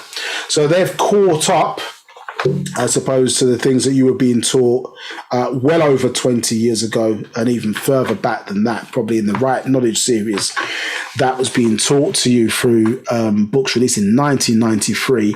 By the time you got down to the Holy Tablets in 1996, you were basically on into the Black Book. You were experts on this, in the same, from the teachings that the Master had conveyed. And this is why it's not difficult now when we start talking about gender, hormone sexuals, gatekeepers and different things like that. If you're sticking to the facts, it's not difficult to understand it from our perspective. So don't get caught up. One of the ways we started this sets of classes, or this part of classes, was the influence of fake stars. You know, and what musicians, reality TV star, influencers, what's coming through the TV, etc., by way of the media, how that is having an unnatural influence on people's day-to-day lives. You understand? No disrespect. We don't live. Most people do not live the life of a famous artist, multimillionaires, so on and so forth. Do you understand what I'm saying? So they're in a different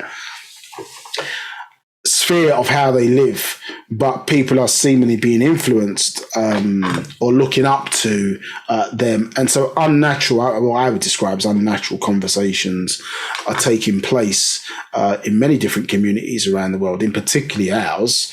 And certainly this kind of male and female, anti-male, anti-female type discussion, us at loggerheads with each other, so on and so forth.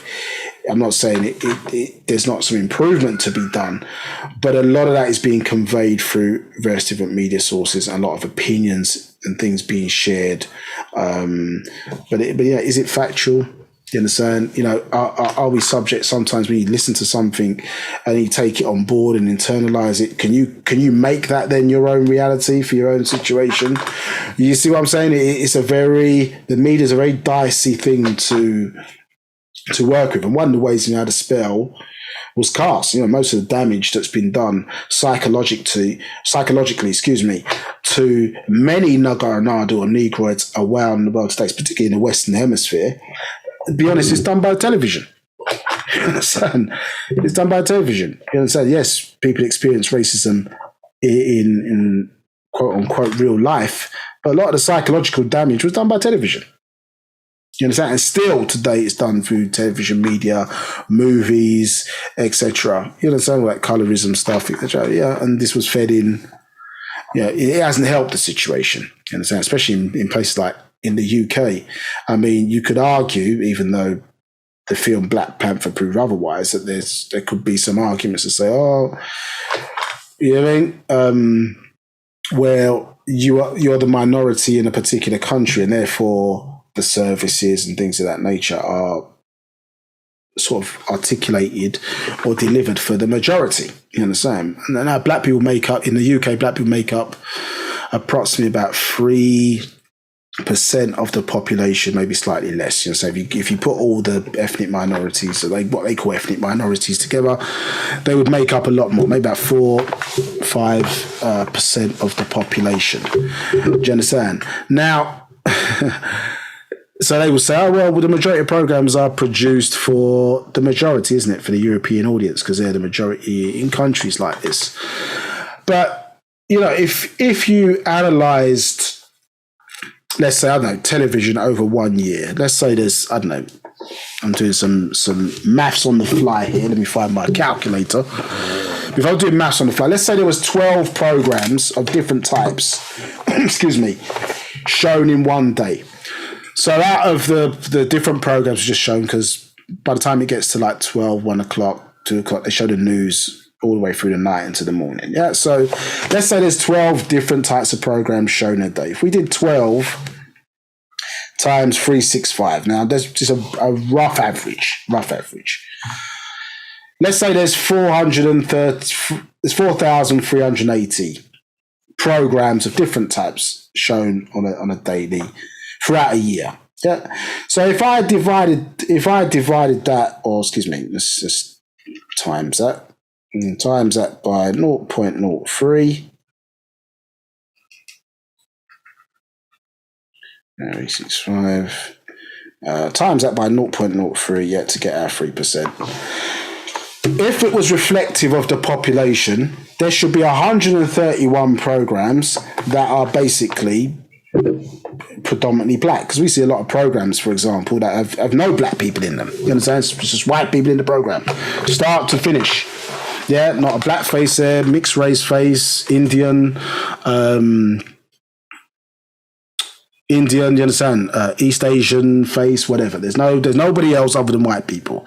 So if we're reflecting the experience, if everything's all fair, etc., and we're reflecting the experience, then according to the maths, there should be 131 programs, at least, where there should be purely black people in the program, because if it's reflecting the British experience.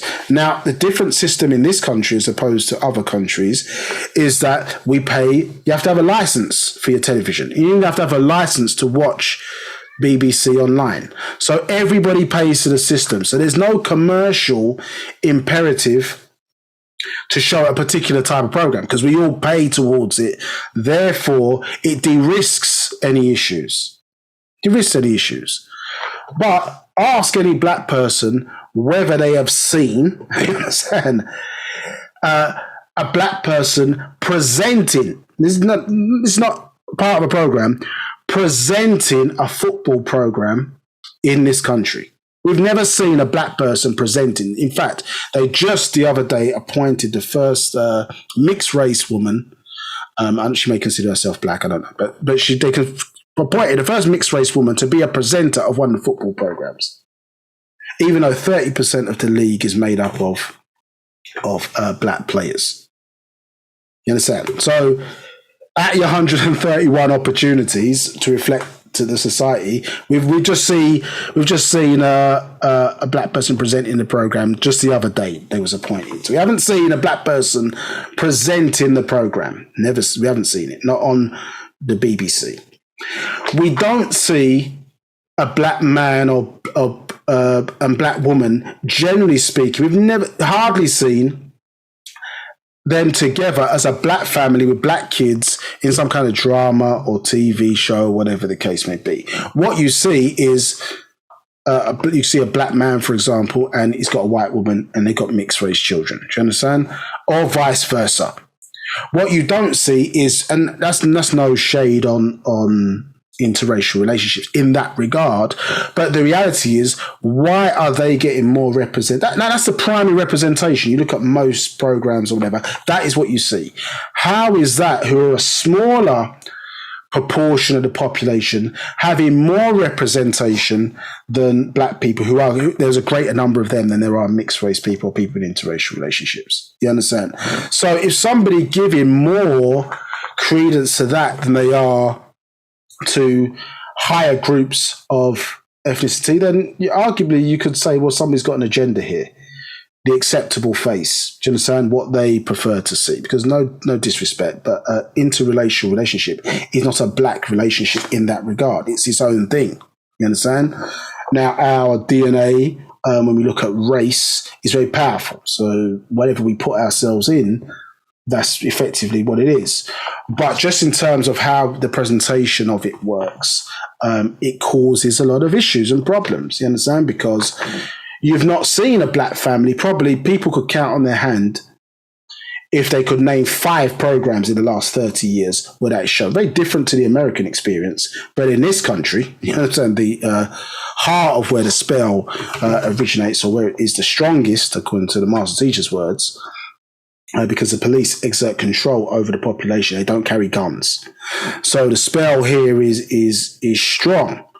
You could name 5 or 10. I mean, you could do it now if you put it in the chat if you wanted. Name 5 programs in the last 20 years that you can say where a black family is shown a black experience. Now, it's probably even not drug related. Maybe it's a family of lawyers, or I don't know, entrepreneurs, or whatever the case may be. Just standard black life in the UK. It's hard to even name 5 programs on the BBC where that's been seen. So when the argument is that, well, the majority of people, it caters for the majority, well, it's not even reflective of the numbers when you look at the population of ethnic minorities making up 3%. So it's not 3% of programming that we see reflect a black experience, which is basically a UK experience in that regard. So this is where we see where the media in particular has been problematic. And before you had media, we had scripture. Understood? And then scripture, or what has been the ideas that have been taken from the scriptures, have been enhanced and influenced, isn't it, by the media through movies, films, programs, etc. So wrong information is being emphasized or even given more power exponentially through media sources, and it affects the minds of the very people as we're taking it in, we're watching this stuff, even sometimes we're not paying attention, the subconscious mind is picking this up. And so this is where it becomes problematic, which is why actual facts is key, because you need facts in there to reset the balance, and it changes one's perception of how they see the world. So women have got a raw deal, you understand? And so part of the conversation about, and there was some even, I think, in one of the parts we were talking about here, with the whole gay and lesbian thing, big controversy about teaching the children in school about, a course that they wanted to introduce in the UK where they're teaching children about gay and lesbian couples, etc., or same-sex couples, and big uproar, you understand, from a number of different groups, particularly religious groups, in the country. Now, I suppose in one sense, there's nothing wrong in informing the children about certain subjects. The issue is that why didn't you do that for women?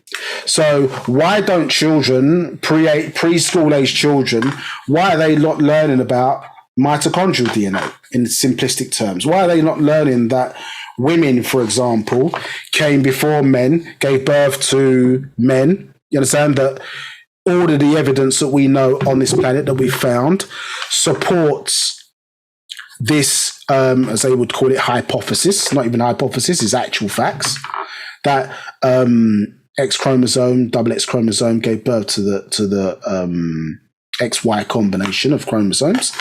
So women gave birth to men. So why have they not taught that to eradicate sexism amongst the future generations? Wouldn't it be better to teach the children, you understand, more respect for women from an early age? Why haven't they taught them the scientific facts around that?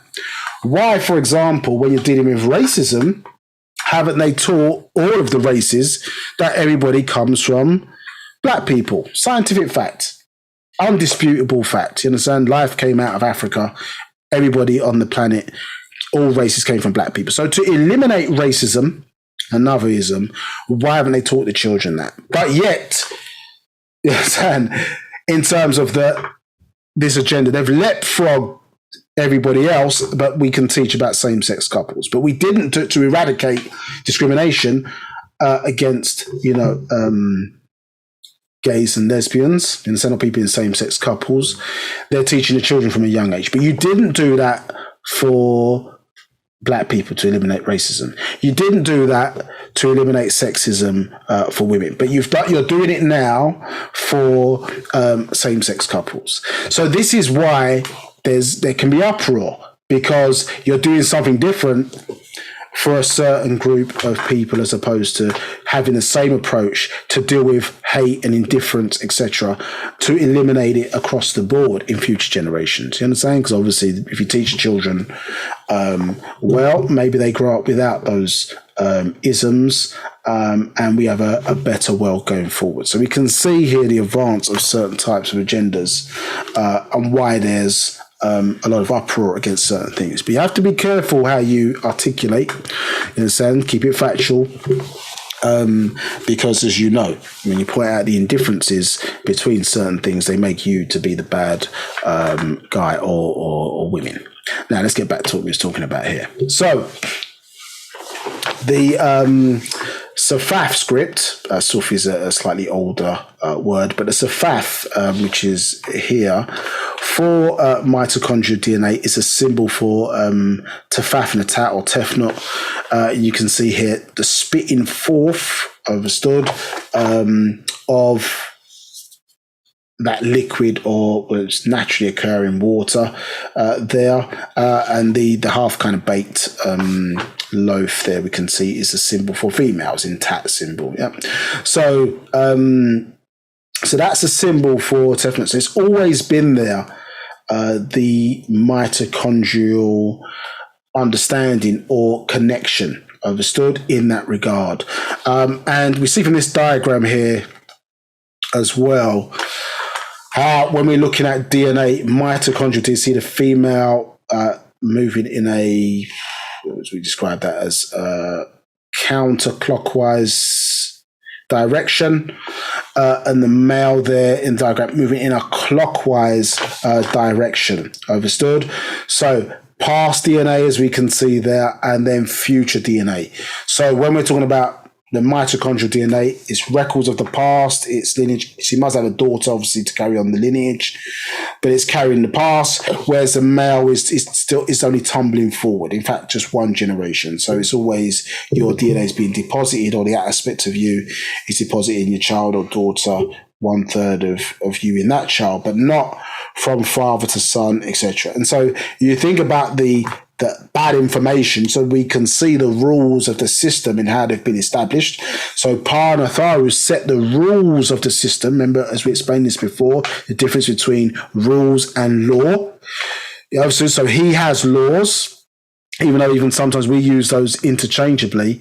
But in our culture, Wu-Sabat, we have rules. Rules govern existence. And we spent a long time, part one, going over different rules of things, rules of existence. You understand? Be, becoming, became. Yes, the rules of things, a thing and all things are exactly the same. You understand? The rules of is, of are of is, etc. So we have rules that govern the environment, understood, and then they can't be changed. They're not alterable in the way in which we run the environment. And it helps us with our understanding of the Parnatharans and what they are versus the God concept that was introduced by religion. Do you understand? Because, as I say, they give this thing about this mystical being that's in some place somewhere that is, having an impact on everybody's lives, you understand? But doesn't seem to ever intervene, and it never stops, understood? Children being killed, raped, whatever the case may be, doesn't intervene with that, but seemingly can help stars win awards, or footballers score goals and different things of that nature, because that's what happens when they win the award. They thank God. Thank God first. So God helps, seemingly helping stars to be more successful and help them with their careers. But then children being killed and all that kind of stuff, or starving around the world, you seem to be silent on that one. So the understanding of that God concept is warped, isn't it? But if we understand that the rules of the environment are, and if they get triggered, that's just what it is, understood? How, obviously, we as human beings utilize it and live within the environment may determine what may be described as, these perceptions of what may be considered good or bad, or peace and order versus chaos. You understand? Because if that wasn't the case of how we're understanding it now, these rules kick in regardless, as we've said. if there's a room full of, in a nursery, there's a gas leak, yeah, and somebody sparks up a match, there's going to be an explosion. Because if you do the things necessary to create fire, fire is going to be created. And if it's appropriate in the context or not appropriate, it doesn't matter. It's just whether the person has triggered the rules within existence. You understand? So there's not some being watching over all these things in that regard. The rules are the rules, and it's designed to be, what's the word? It's autonomous, you understand, without intervention, etc. And so, in that regard, this is why, somebody who gets raped, for example, can get pregnant. You understand? Now, there's a lot of women around the world and couples around the world today who would love to have a child, and for various health reasons, etc., they cannot. But then somebody gets raped and they get the person pregnant. A male goes and rapes some woman and she gets pregnant. So if you're looking at it that some beings watching over this, then it'll be a kind of sick individual that allows that to happen versus, you understand? So people who can't have children, but then you're allowing rape, which is a horrendous crime, anti-natural crime, to happen and they get pregnant. Do you understand? So how he's taught us of how things go, it doesn't go that way. Yeah, it's all myth, lies out of the minds of European males who translated the scriptures, who lived 400 or 500 years ago in a lot of instances, and people are basing the lives of their souls on this nonsense. So you can see what is necessary, because it still even has a hold today on people's understanding of what the divine is, or words of that nature. And what the master teacher has explained to us is that you need to dash that away. Yeah, get rid of it and replace it with your stuff, because it's just false, it's incorrect, and it's causing a lot of issues in terms of our growth and what we should be looking at. You understand? Once we stepped into our time and our culture, post the end of the spell, when 9th of September 1999, that was our time to be into our culture. Excuse me. Us spending time comparing ourselves to what the white man taught us, we're leaving a lot of potential knowledge and understanding on the table. Bear with me.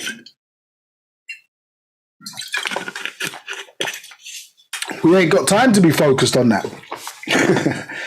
We ain't got time to be focused on that stuff. I mean, it's a reality for us, racism and these different types of things. We ain't got time to be focused on understanding what's in the Bible, the Quran, all that. Unless you come from those degrees, look how much stuff is on the table for us to really understand. So facts breaks this down, but we have to spend more time focusing on what is taking place with us and get to understand of understanding the environment, the system, and who and what we are in that context. Understood? So you're not going to get that by waiting for the white man to correct everything, because he's not interested in your development or future, despite the small progress that may have been made through initiatives like Black Lives Matter and so on and so forth. Understood? They ain't talking about this stuff, I'll tell you that much. And you're not learning about mitochondrial DNA in the churches, your mosques, or your synagogues. Yeah, they're not talking about those simple things of that nature. So why put your emotional energy into that? You just simply don't have the time for your own personal development in that regard. Any questions? No questions. Okay. Right. So so why are we interested in this mitochondrial DNA? So we need some understanding of that. Right. So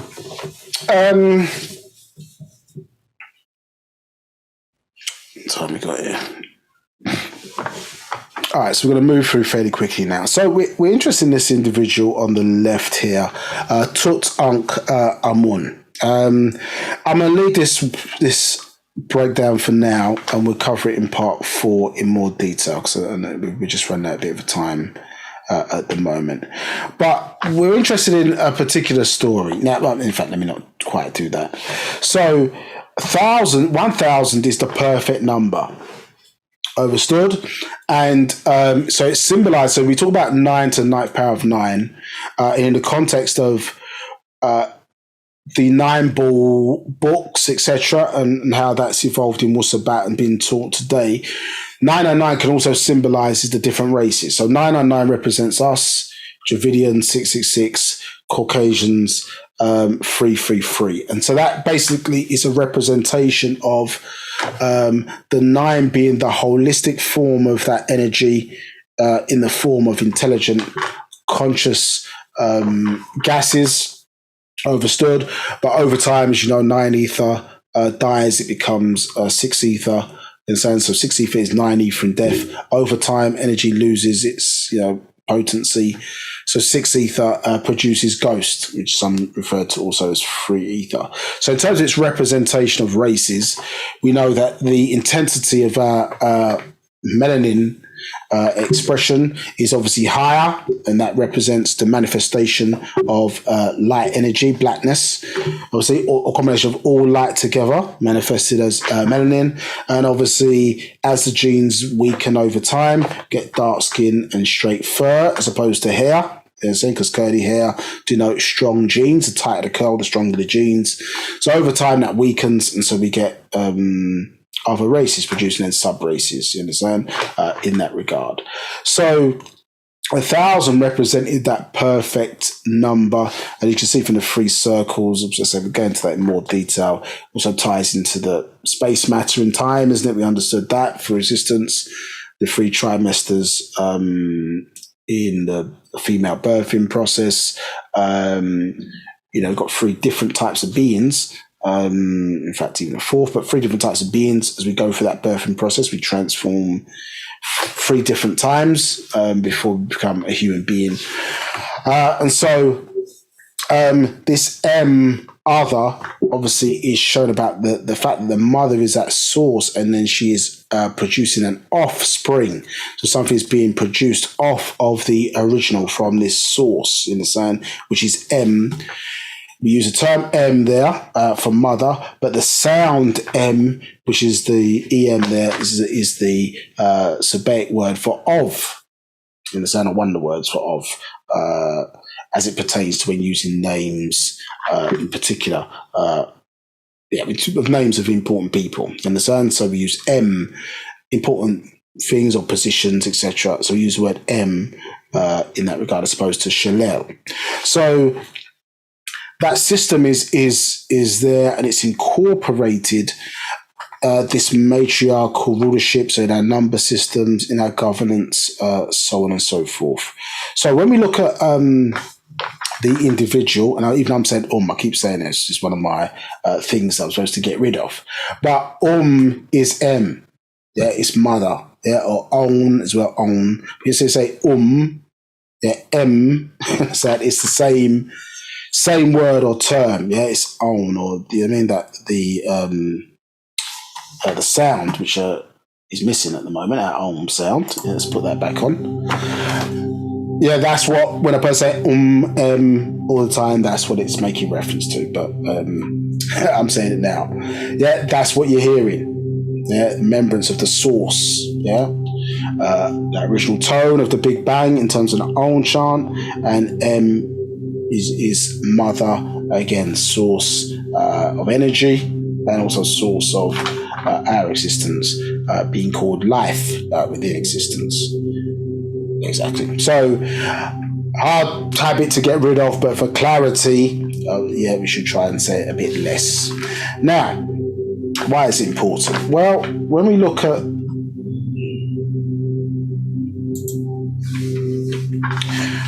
at this system here, we can see the last royal family, which was Akhenaten, various different names in titles there, different spellings. Yeah, Achach or En Aton. In sense, there is different terminologies here, but some refer to as Akhenaten, a very poor expression of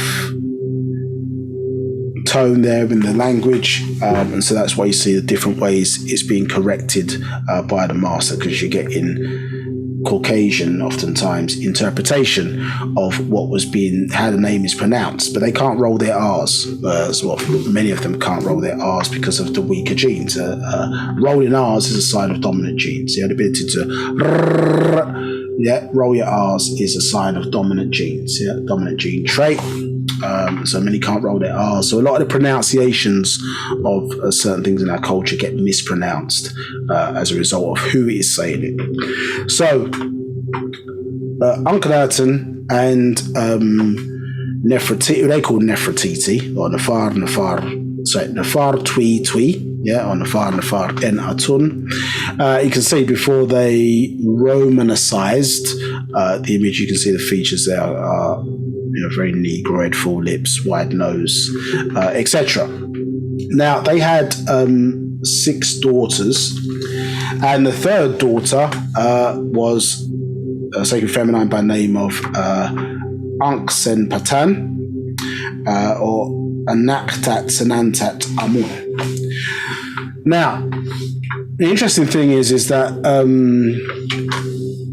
Tut Ankh Amun, who is the golden child of that era, was not considered of royal lineage. So matriarchal lineage goes through the mitochondrial line. Understood? So Nefar Twi or Nefertiti was considered of royal lineage. So when the Akhenaten or Ankh-en-Atun, who was the pharaoh of that time, when I say pharaoh, remember that word pharaoh really comes from the proper, it doesn't, when it translates, it's Greek, you understand, in its translation, in its wording, and it means middle fire, and doesn't actually convey what the real Sabaic word meant in our language, which is Pa Para Aha Raye. You understand? Pa Para Aha Raye. You understand? So, which is basically temple of the sun and moon. You understand? Excuse me. Because Para is basically temple, Aha, moon, and then Raye is dealing with the sun. Yeah. So, excuse me. Pa Para Raye Aha. Let's say it the right way around. Yeah. Pa Para Raye Aha. So Pa the Para temple, Raye sun, Aha moon. So when you're saying Pharaoh, that is what you're saying. Yeah, temple of the sun and moon. Yeah, the Parnatharu's point person here on the planet. Understood? As the guide for the people, having that connection to our higher ancestors. So as the Pa Para Raye Aha, you understand, not Para Raye Aha, yeah. This was the royal line. So whoever they produced, understood, was considered of royal lineage. Now, because they had daughters, then the mitochondrial line from here to here is where that lineage is passing on from generation down to generation. Understood? Now, Tutankhamun here, or Tutankhamun, you understand, was not birthed by Nefar Twi, yeah, but his mother was a woman by the name of Kia, who was not of royal lineage, or considered to be of royal lineage, by at least those people of that time, and so therefore, when it came time for him to ascend to the throne, interestingly enough, at age 10, yes, he couldn't ascend to the throne because he didn't have royal status. Now he's obviously he is the son of his father, who is of royal lineage, but his mother was not. So the mitochondrial line here was not considered to be royal. And this is where the lineage goes through and why it's important. Now, her picture is clearly, if you look very clearly, it probably looks like somebody that you know. You understand? It's very, very negro, even though she's painted in kind of this lighter stone that she's been carved from. Beautiful design here. You can see it's very Nagaru-looking individual. Now, this is important because when you look, because he doesn't have lineage here, like she's got the lineage, that he's not carrying the royal line through. So, interesting enough, at age 10, he had to be quickly married to Unanswered Patan. Yeah, because she had the royal mitochondrial DNA. So by marrying him, overstood, she gave birth to his ability to rule. Let me say it again. So because she had the mitochondrial line, by her marrying in, which is also, remember, her half-brother, so they practiced eugenics back then to keep the genes pure.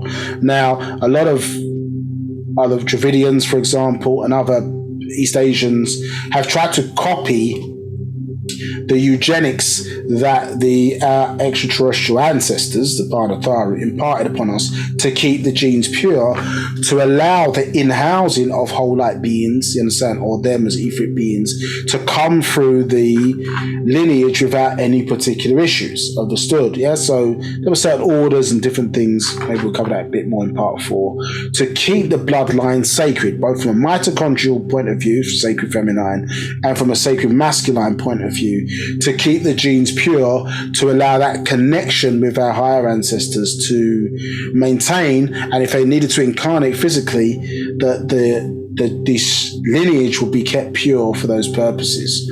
Now, so because he didn't have royal lineage, he had to basically marry his half-sister in order to give him the seat of rulership.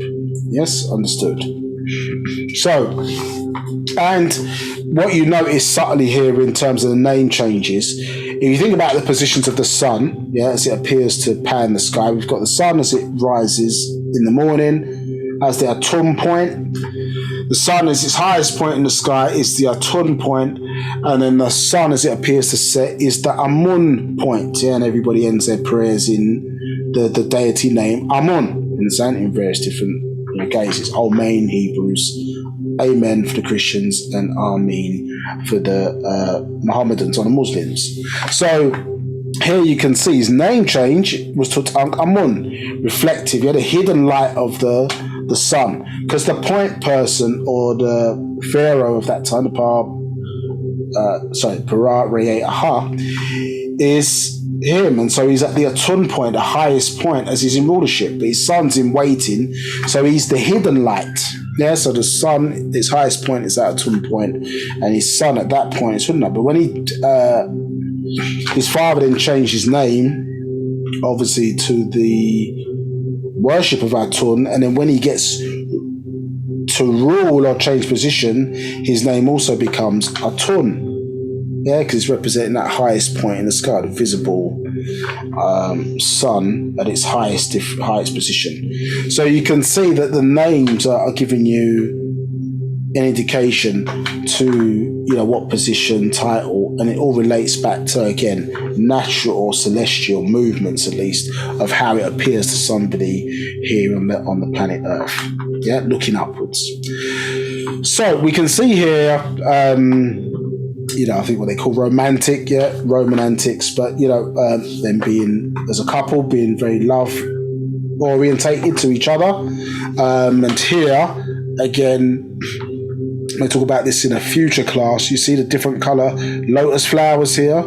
Again, the exchange depiction between these two, Tutankhamun, or Tutankhamun, and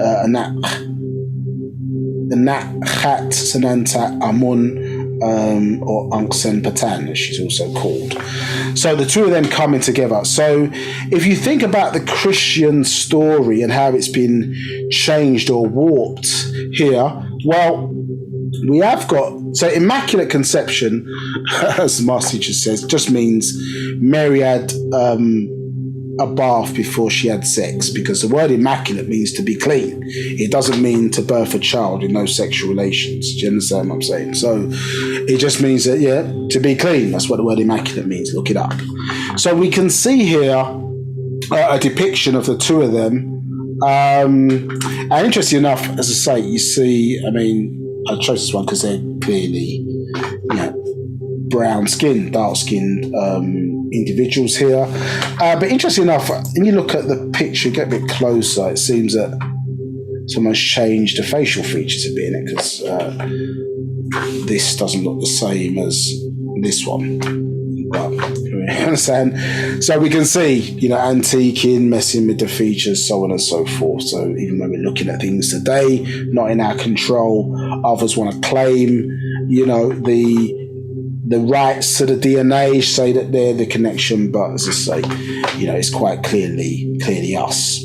So if you think about their story, yes, well, Ankh Sen Patan gave birth to the seat that allowed Tut Ankh Amun to be able to take rulership, or for them to take on joint rulership, because she had the divine seed, isn't it? She had the mitochondrial DNA. She carried the lineage, understood, of the divine. In a sense, we can see with Ha-1 being carried through mitochondrial DNA, daughter to daughter. You have to have a daughter to carry on your lineage. So she gave birth to his seat that enabled him to take up the throne. Without him, he's not able to ascend to become Para Reye Aha, the temple of the sun and moon, because he doesn't have his mother is not of royal lineage. So without sexual relations, yes, she gave birth to the Son of God, because Atun or Akhenaten, as the Atun of that day, was himself as the Pharaoh. He was the Atun of that day. He was the deity. Yeah, so she gave birth to the Son of God by allowing him to take up by giving birth to his throne, or legitimizing his seat. Understood? But they haven't had sexual relations. They get confused in their Jesus story between Jesus' mother in their story and Jesus' wife. They get confused between the two. Understood? So if you think about it, she gave birth to his ability to be Pharaoh, but she was also his wife and half sister. Through eugenics to keep the genes pure. So we could mix. Eugenics is when you mate for genetic strength. So we kept the genes pure by mixing amongst family. Think about the first people on the planet. Everybody's going to be family. We sit now and say, yeah, that's horrible. But everybody's going to be family if you're the first tribes. You've got no outsiders. Outsiders, Everybody's going to be related in that regard. But others tried to copy us, and it didn't work for their genealogy. So you had a lot of defects. You have people being born 6 fingers, 6 toes, etc. It still happens today, particularly in the UK, where people are marrying cousins and things of that nature in some East Asian communities and things of that nature, which is why it's heavily regulated and banned. Yeah, for that reason, because it creates defects in other races. But we practice it. Look at the royal lineage. And even today, if you think about the royal family in the UK, they still try to marry you in family. It's just always very distant cousin, distant this, distant that. Just, you understand, to avoid defects. But they're still marrying within people who are blood related, understood, or DNA related. So we can see that taking place here. So we'll just click on the switch screens, just go to show you, because when we see in their story, there's confusion around the mother and the wife. So let's just switch screens.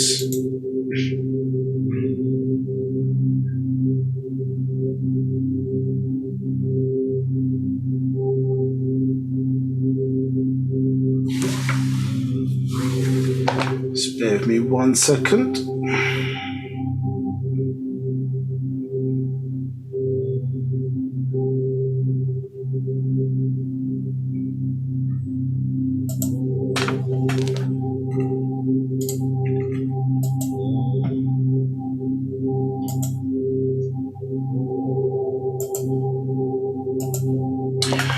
Right, so when you look at, this is John chapter 2, yeah? So Put the verse numbers up there just so you can see that. So if you see it, and the third day there was a marriage in Cana of Galilee, and the mother of Jesus was there. So they're kind of translating a way where they're kind of programming your mind a little bit, so that when the word woman comes up, is mentioned, you're thinking it's mother. Yeah. So it says, and the third day there was a marriage in Cana of Galilee, and the mother of Jesus was there, and both Jesus was called and his disciples to the marriage. Now we understand from those Christism studies that this was Jesus' wedding. You understand? He wasn't just there as a guest. You understand? Otherwise, if he's there as a guest, why they come into him to be worried about wine, the guests running out of wine, all this kind of stuff? You understand?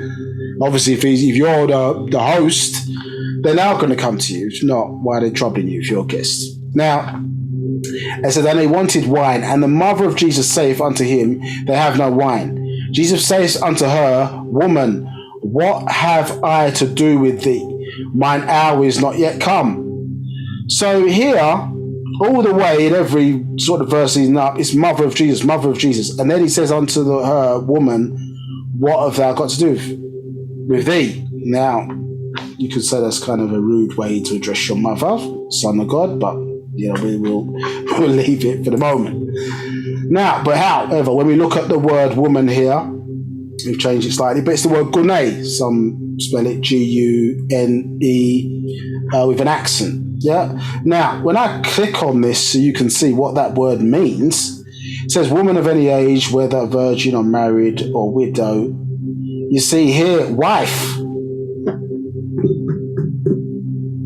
You understand? And so they try to hide these things. Yeah, try to hide these things in the language. They probably base a woman specifically a wife. So they're adding all these other things, but it means wife. So in John chapter 2, he was speaking to his wife, but they tried to foreshadow this thing by using the word mother, mother this, mother that. But in the instance with the wine, he was talking to his wife. That's what it says in the language. In translation, you can change it however it wants to be changed. But here, talking about wife. Now, so when you take it back to our story, because those stories were copied, isn't it? The New Testament was produced by a man named Flavius Josephus, who had connection to the Ptolemy dynasty, one of the last dynasties in ancient Egypt, which was heavily infiltrated by Europeans, you understand? But still, blacks in there. Cleopatra VII, for example, is related to the Ptolemy dynasty, do you understand? But heavy Roman, Greek influence at that point. So we can see confusion between mother and wife. And then when we go back to our story, our records of events that took place, we can see, okay, we understand it now, because this person gave birth to the Son of God, Ankh-Sen Patan, you understand? She gave birth to the Son of God by way of giving birth to the throne of Tutankhamun, you understand? In that regard. So this is where you see our stories get copied from, and you see the importance, however, of mitochondrial lineage, and how it plays its role in how succession is passed on in our systems. Okay, any questions? No questions.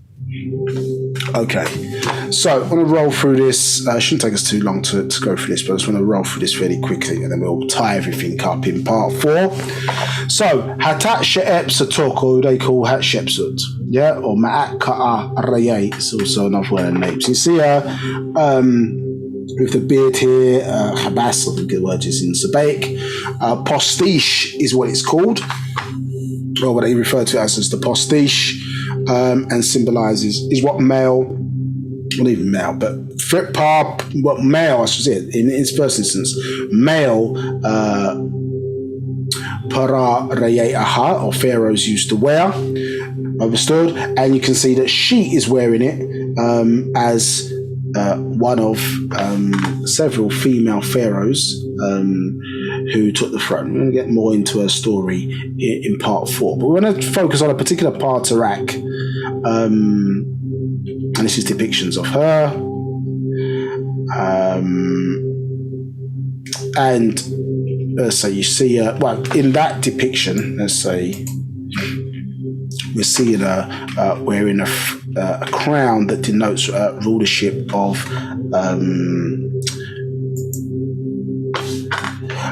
Upper Egypt. Understood? So Upper Egypt, as they would describe it as, Upper and Lower Egypt. So you see her wearing a crown. I'm going to get into that a bit more in part 4, because she was eventually the ruler of both, and combined them over a great era of peace, bringing her sacred feminine abilities to govern Egypt or Tamaray extremely successfully. Understood. But she was a female hermaphrodite. So a hermaphrodite, meaning that she had extra chromosomes. It made a bathanoid or neutral gender being. Understood? So she was female, leaning towards more of a male side. Hence why you see her, as I say, wearing the postiche. Understood? Yes, with the which is it's not a male symbol, but I suppose a symbol of masculinity that pharaohs wore, which is basically made up of horses' hair. Yeah. Now, let's walk through this part at Makeda and Solomon. So we get part of that story in the Tulli Papyrus.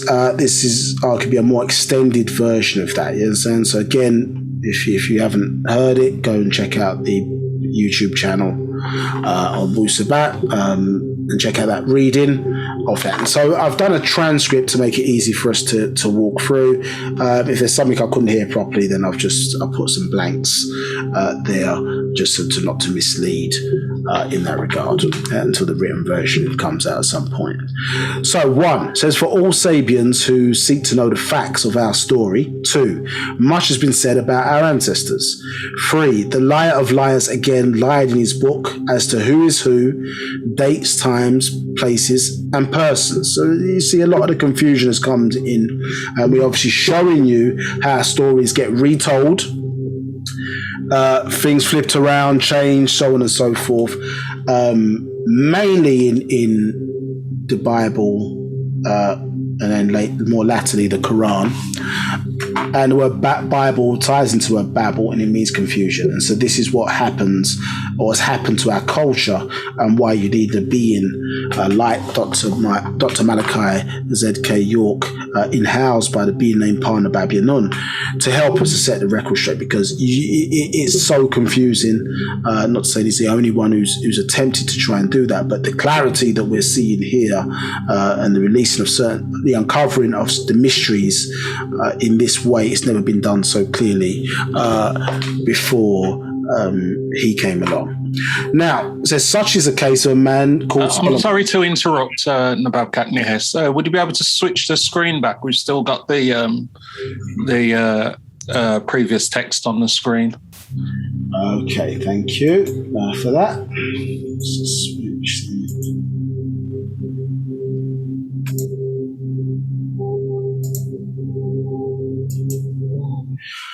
Okay, you can see that now?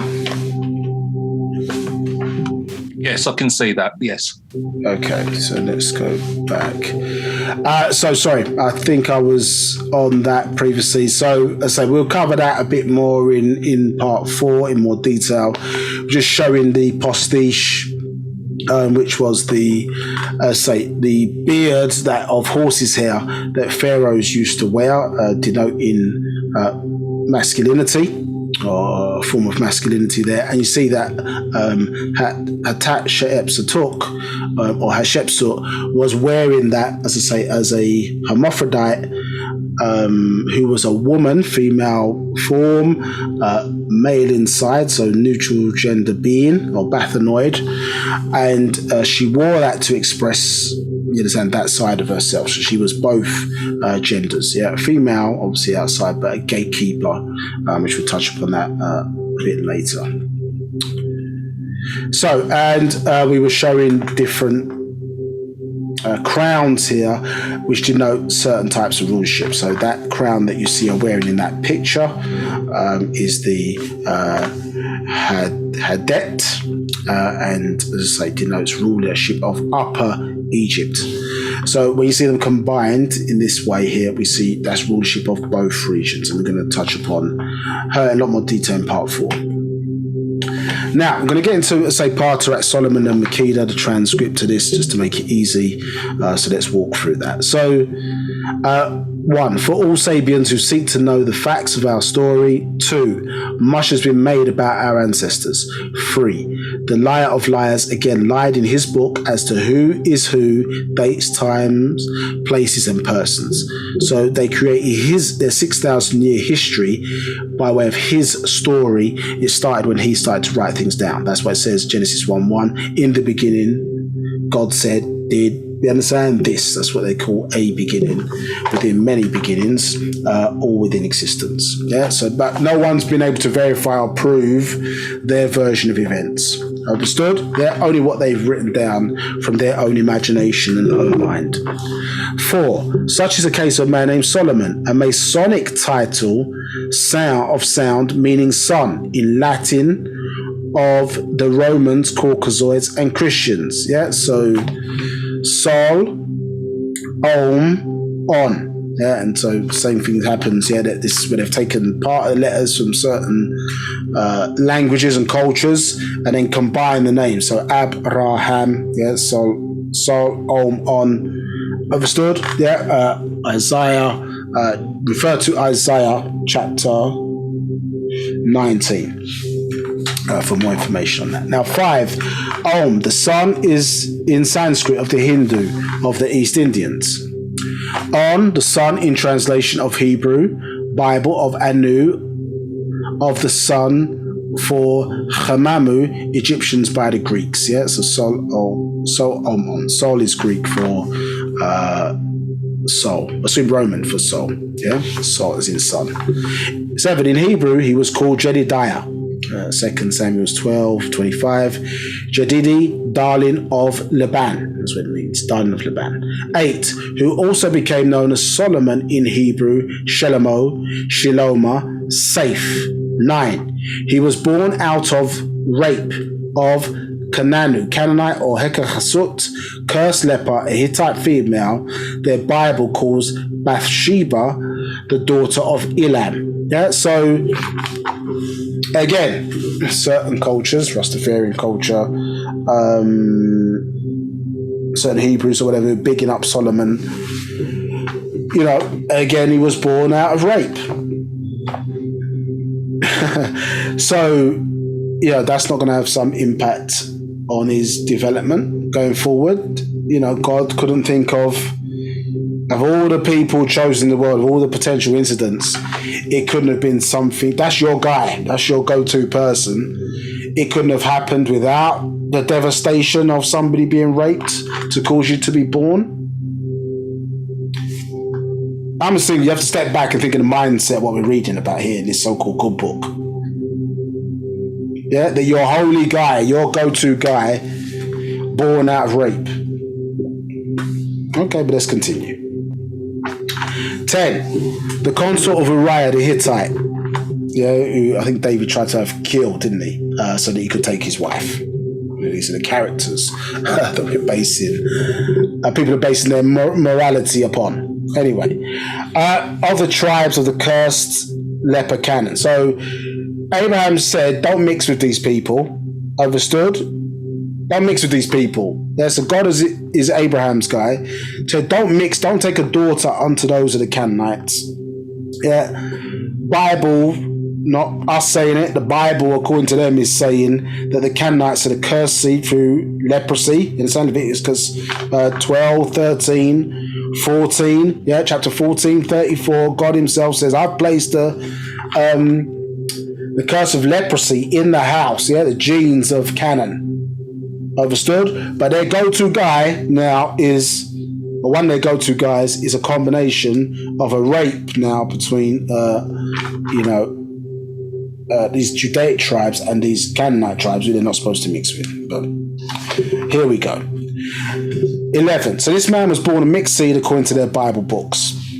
But it was taken from 12. The real Amenhotep Parthalan, or Amenhotep or Hatap the third, was in fact the son of Tahutimus Parthalan, or Thutmose III, called also Min Chafrei Tahutimus. In the Bible, he is called David.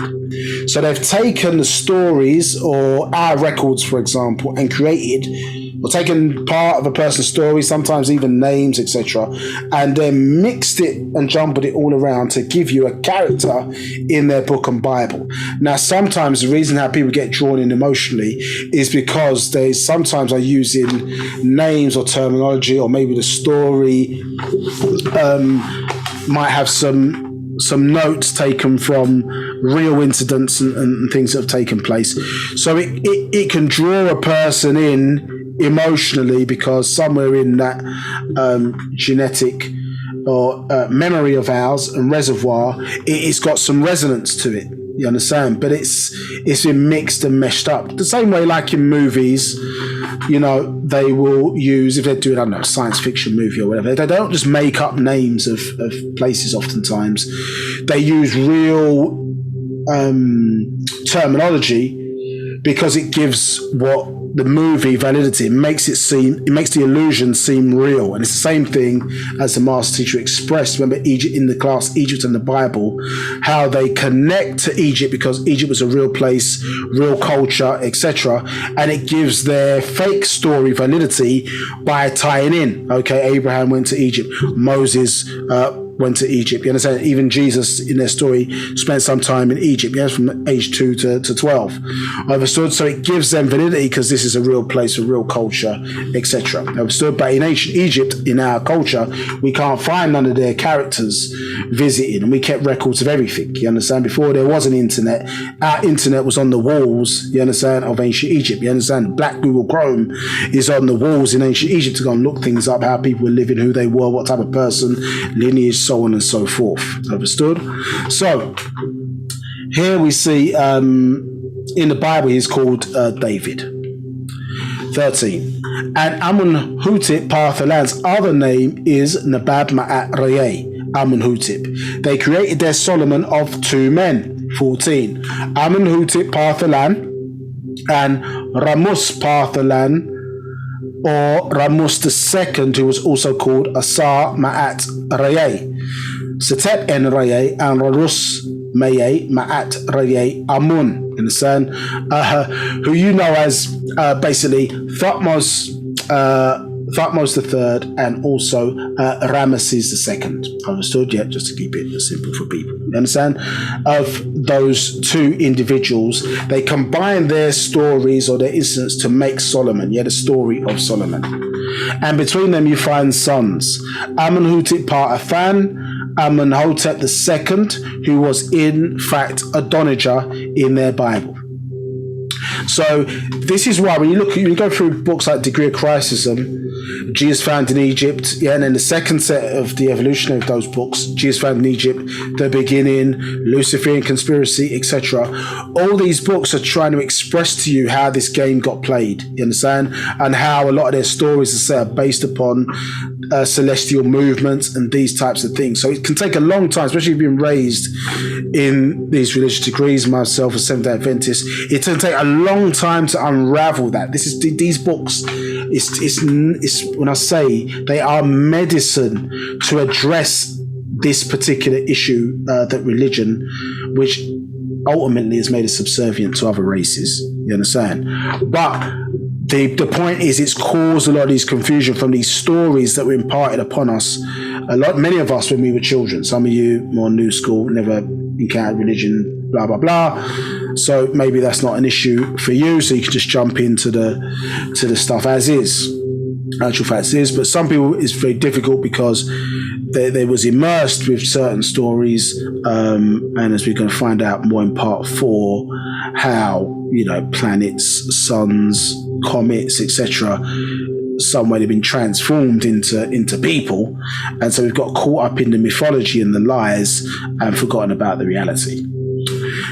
So, and this man in their Bible called Solomon, and the story of Queen Sheba, also called Bilqis in the Muslims' Quran and Islamism, chapter 34, originally the 58th surah, Saba 19. Both the Bible and the Quran have our stories confused or fabricated to become theirs of Judaism, Christianity, and Islam. So everybody want to tie into the vine of us, yeah, to give themselves validity.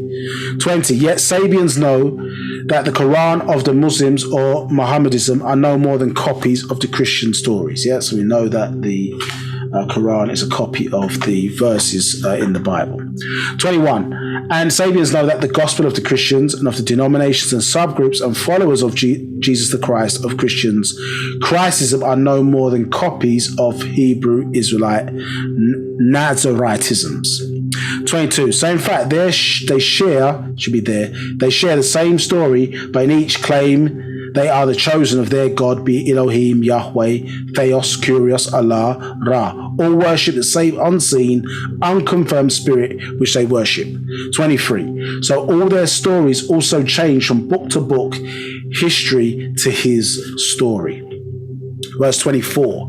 And they have misled many people world over with their mistakes, mistranslations, and outright lies for 6,000 years. The point that we've been making. Yeah.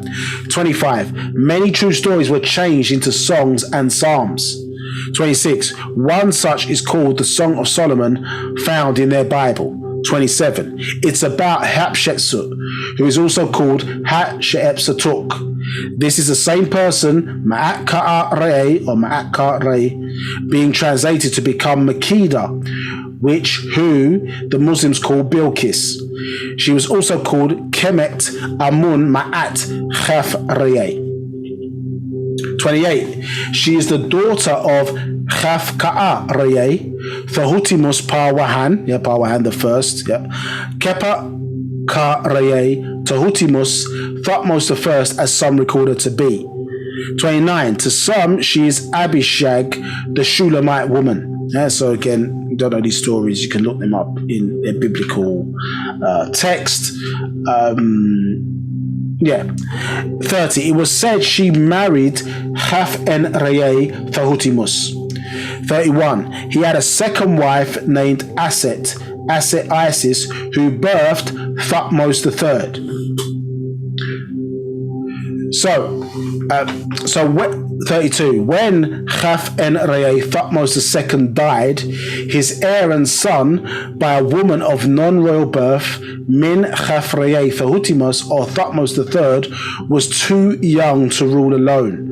So we see here that her husband obviously passed, but he had another wife, as we can see there, named Aset or Isis. Yes, correct?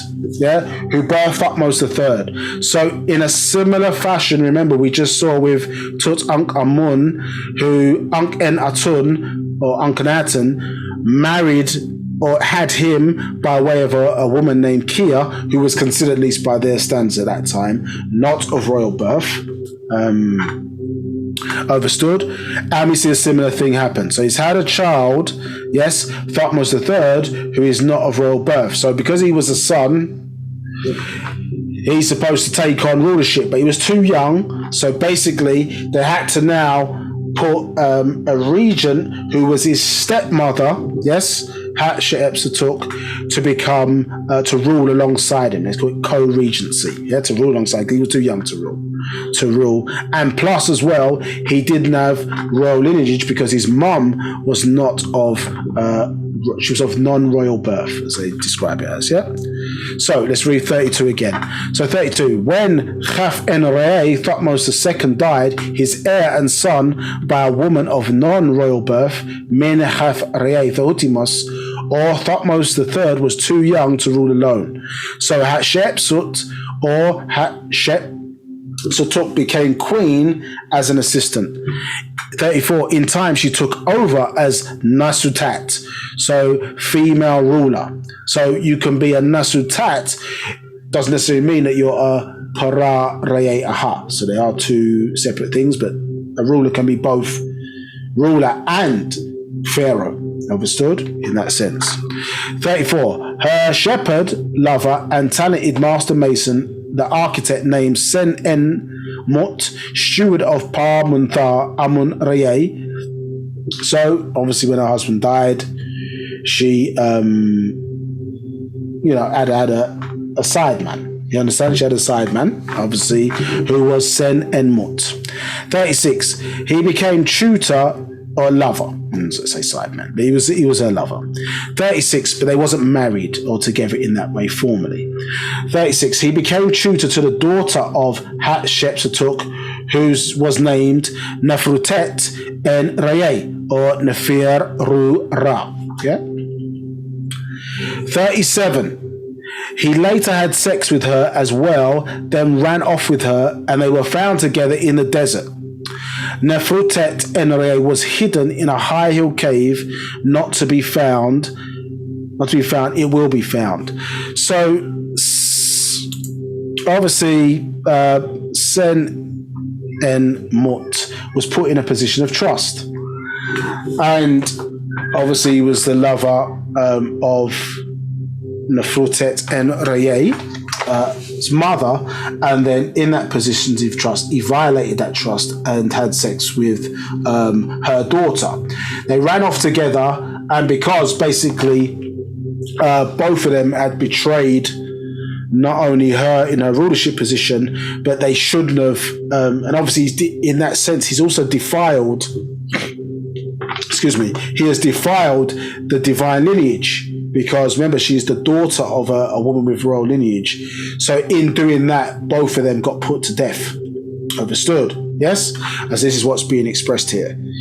So 38, but it will be found. So their bodies, you may go on to explain this further, but their bodies are actually buried in the Grand Canyon. Now what the Master is expressing is that we can see that, remember, you have Egypt of the East, which is Egypt in Africa, but you have Egypt of the West in Americas, because both of the landmass at one time were joined together and then separated.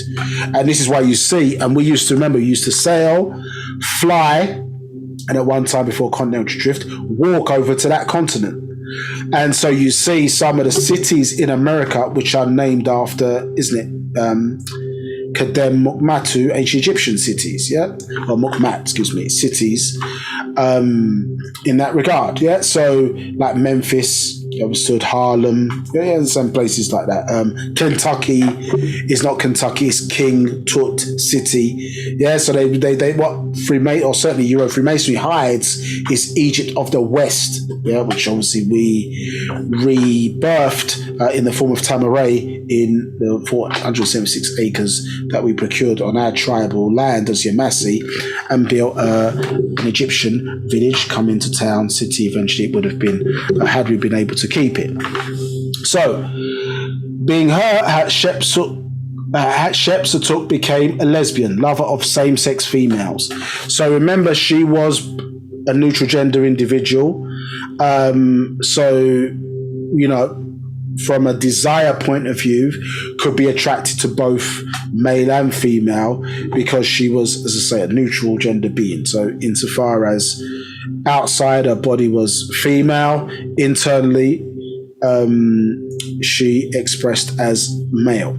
Understood? In terms of her hormones inside. She was both. So internal hormone sexual aspect of her as male is attracted to the female form. Here triggered by an event now where her lover, daughter of both, betrayed her, and then more significantly, both were put to death as a result. So the trauma of that incident has said, I'm done with men now. I'm only going to deal with females. Understood. 39. And she took on the role of a male called the Mighty Bull. She dressed in the male attire, even wore the postiche or divine beard, par chabas. Understood, yeah? 37. Let's go. So we've got 39. Okay. So, 40. Sen Enmatut, her lover and master mason, the architect, built the Ba'at temple to her and her parents, and Par Nathar Amun Rayay on the birth colonnade. It showed that the deity Pamunthar Amun-Re was tired of Negroids mixing their holy seed with the Heka Chasutu, Canaanites, Hibiru, Hebrews, Shasu, Israelites, Fenuku, Phoenicians, Retanu, Sarians, so I'm not sure what that said there, so that's why you got the question marks, and other sub-races destroying the divine bloodline. Munthar Amun-Re wanted a pure solar child. 42. He impregnated Nisutet Ahmos, Hatshepsut's mother, and birthed the holy child Amuntat Sheps Satak. Yeah, so this is the Ba'h temple. In fact, let me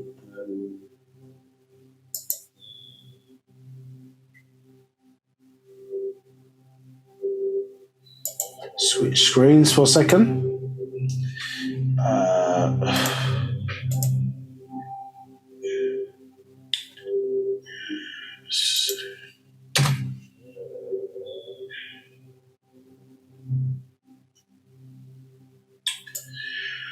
Okay, so you can see here, I don't know if you can see the screen, but you can see the temple here. I mean, absolutely amazing piece of architecture cut into the side. I suppose it's a ravine.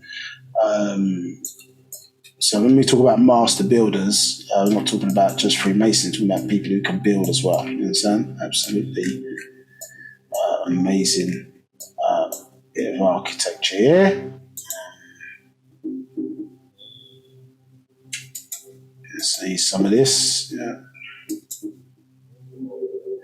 yeah. Obviously cut out here into a mountain. Absolutely, it's an amazing piece of architecture. All built towards us, built for his then lover, Hatshepsut. Let's get back to that. Right, okay. So you can see there's the same pictures here of the Ba'h temple. Yeah, and I think you can see here the size of the people, just to show the sheer size for this thing. So obviously in its prime, it was just simply an incredible piece of architecture built by our ancestors. Now, 43. Although her father, Khafka'at-Rayeh, Thutmose I, had campaigned amongst the Abu Aztecs in Asia and Euphrates, is how our story became their story, she was peaceful. 44. So she stopped foreign campaigns and put all her concentrated mind on Egypt, which did prosper under her reign. 45. So she claimed divine birth. 46. She died not by murder, but by a fever caused by an abscess in her mouth from a bad tooth. So what this also shows is that, remember, we was explaining to you that people are subject to the rules of the environment. So you can be a heavy hitter, you can have a heavy title, you can be Parnatharu's point person on the planet Earth, but you're still subject to the rules of nature. You're still subject to the rules of the environment. You know, some people say, how can a master teacher be in prison and he claims to be this, that, etc.? You're still subject to the rules of the environment. You understand? Not to compare them, but the most powerful planet, one of the arguably the most powerful men considered on the planet was President Trump. He still got COVID. You understand? So all the resources that he had at his disposal could potentially have the ability to launch nuclear weapons and destroy the planet. All the resources they had available to him as a president, he still got COVID. You understand? So you can be a powerful individual, and you can still be subject to nature's rules because you're in the physical body. In the sense, your physical form is still subject to the rules of the environment. Same way, what's his name? Prime Minister Boris Johnson almost died from COVID. Instead of all the resources that's available to him. So you can have title and things of that nature, and you can still be subject to diseases within the environment. Understand? And today we wouldn't see that as a major thing. And remember, these are people who are building, like the Ba'h temple, they've got technology to build those things. Excuse me. But which is why cleanliness and hygiene was so important, because bacteria or bad bacteria, which causes disease, you can't see it. You understand? So, you know,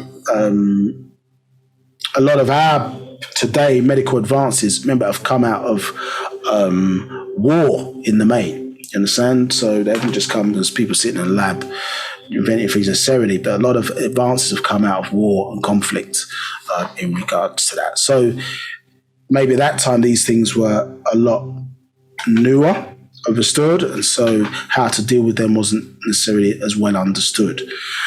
So it just brings you down to a reality check, understood, that, you know, Parnathara have put these rules in place, and we're a part of all. We're a part of all, and we're subject to these rules, no matter your status. And even in Sacred Wisdom of Tahuti, they talk about the rules governing the different planes of existence. You know, the masters can't come in; they can't change those rules. But what they do is that they learn to apply the rules of a higher plane to a lower plane. So somebody might say, for example, you know, what goes around comes around, and then the master teacher might say, yes, that is true, but only if you're standing in the same place. Food for thought. 47. On her death, Thutmose II was well prepared for his role as Nisut ruler. 48. Thahutimus Parthalan, Thutmose III, was her nephew. She claimed him of the order of Horus, with a falcon's head as an Athar overseer and the head of the army. 49. He was a son of Thahutimus Parthan, Thutmose II, and his wife Aset Isis. 50. So when his father died, he was still a child, and his father, Thahutimus Parthan's wife, other than his mother Aset Isis, who was Hatshep Satuk, became regent. She took the title Para Raye Ahat Pharaoh. So at her death, Thahutimus Parthalan claimed his birthright. So basically, here is slightly confusing, because what it is, obviously, his wife, Thutmose II, obviously birthed him by way of his wife Aset, understood. But Hatshep Satuk, obviously, that was she was also his mum, because obviously her husband in that instance obviously gave birth to that child. So we would say stepson, isn't it? You know, so in certain culture around the world, they ignore the word step, but we would say stepson in that regard.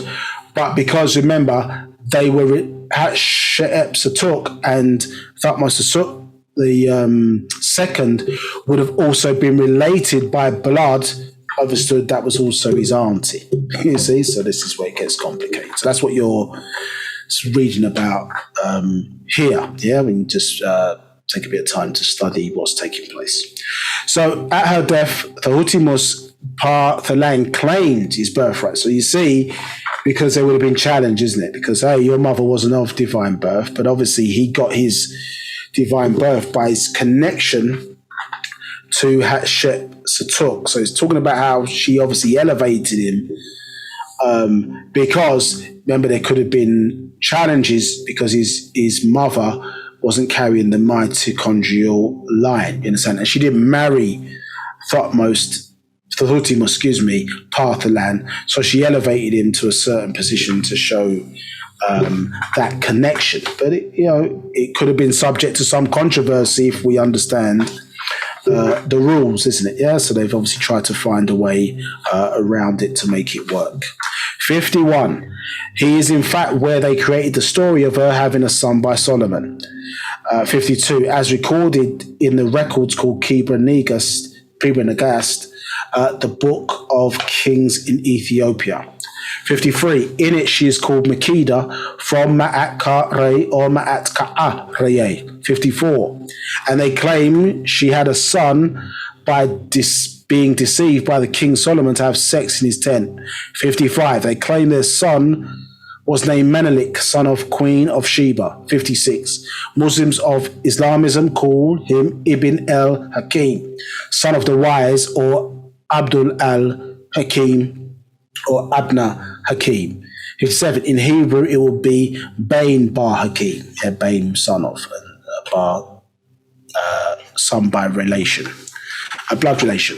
58. It was by these stories that Abrahamism invaded Negroid land, Africa, a belief system from Mesopotamia called later Beit Yisrael, House of Israelites. Falasha, also many forms of Hanebu, Greek religions of Christianity, originally Christ, Messiah, was from Egypt. It was and still is ancestral worship changed into worship of Caucasoid image worship, and like a disease spread all over Africa, Negroid land, as Judaism, Christianity, and Islamism, the three frogs of evil in their book of Revelation. So you can see that Revelation 16 verse 13, see it there. And I saw three unclean spirits like frogs come out of the mouth of the dragon, and out of the mouth of the beast, and out of the mouth of the false prophet. So those three frogs are those three major religions, Judaism, Christianity, and Islam. So 59, and the claim of Israelite bloodline from Solomon and Menelik is very true, just change in place, name, and person. 60. Solomon was in fact two persons in ancient Egypt: the great temple builder Remus Par-Athan of Patar Ipet, Thebes.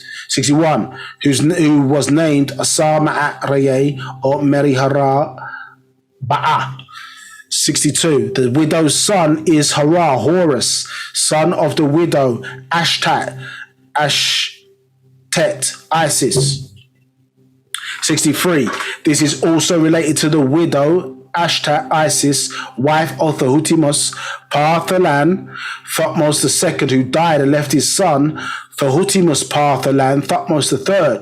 So he became also a Hara and a widow's son. 64. As Mary Hara Ba'ah, as Mary, Jesus' holy soul, another widow's son. 65. So by Thutmose III was the Middle East reopened to Hammam, Egypt, organizing the first of many campaigns back to the Middle East. So they created the story of Menelik going back to Israel to meet with Solomon and receiving the Ark of the Covenant. 66. This Menelik is none other than Thehutimus Parthalan, Thutmose III, a widow's son. 67. Ramus Par-Athan, Ramesses II, and Amunhotep Parthalan made up Thutmose III, made up the man in the Bible called King Solomon. 68. Much changes in time, dates, places, and persons, yet truth is truth, our story Wu-Sabat.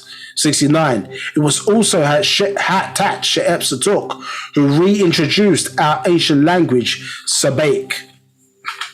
It was called Sabaic, 70. Sabaic, Sabaean, Napataean, and Nubian. 71. It became Jehizic, Amharic, Hebrew, Arabic, even Phoenician, Syriac, Aramic, and is found today in Africa as blank, not sure what was said there, and many subdialects. The first language of Munthara overseers who brought it to this planet, a language of tone and vibration. Sabaic or Nawapic, also today known as Misbatia. 72. Almost yet not forgotten after his death in the Bible as Naphtuhim, which is Napatan and Meroe, Dongola, and Aksum. 73. The master builder Sen Enmut, the grand master builder Emhatap. 72. 74. The three widows' sons Hara, Ha. 2. Thehutimus Parthalan. 3. Par-Amun Par-Mesa, the Messiah Jesus. 75. Grand temples. 1. Rahmus Par-Athan's temple. 2. Solomon's temple. 3. Herod's temple. 76. The three widows, Aset Isis, Ashtat Isis, Miriam Mary, Miriam. 77. There is much that is best kept secret. 78. Until the opening of the ninth chamber. 79. It was whispered from mouth to ear. 80. For this much has been lost and confused. 81. Those who knew did not say. Those who say do not know. Yeah, so very important kind of story there. And so you can see, people jumping up and down, Haile Selassie, the chosen one or whatever. But when you follow his lineage back to Menelik doesn't exist as a person. There's no real human being. It's part of a story. Children of Israel, which we'll touch upon more, chapter 4. Is it real? Or is it part of a story alluding to something else? Star constellations. Jesus, 12 disciples. Do you know what I mean? The 12 children of Ishmael. The Ishmaelites. 12 again. So this is where the confusion has come in. And people obviously, because they've been following certain religions and culture and so on and so forth, they don't want to let go. They're caught up in the lie. Yeah, and it takes a certain amount, someone to show you the facts, but then also courage to change. Courage to drop the lie. You hear for your soul's sake, or you hear, you understand, because, I've been following it a long time, therefore I need to continue. When you know there's errors and things which are not shown in there factually, as far as the doctrine is concerned, at least. Yeah, it's a very powerful Patriarch Makeda and Solomon. Check it out for greater study. Yeah, so we can see here, excuse me, 1 second.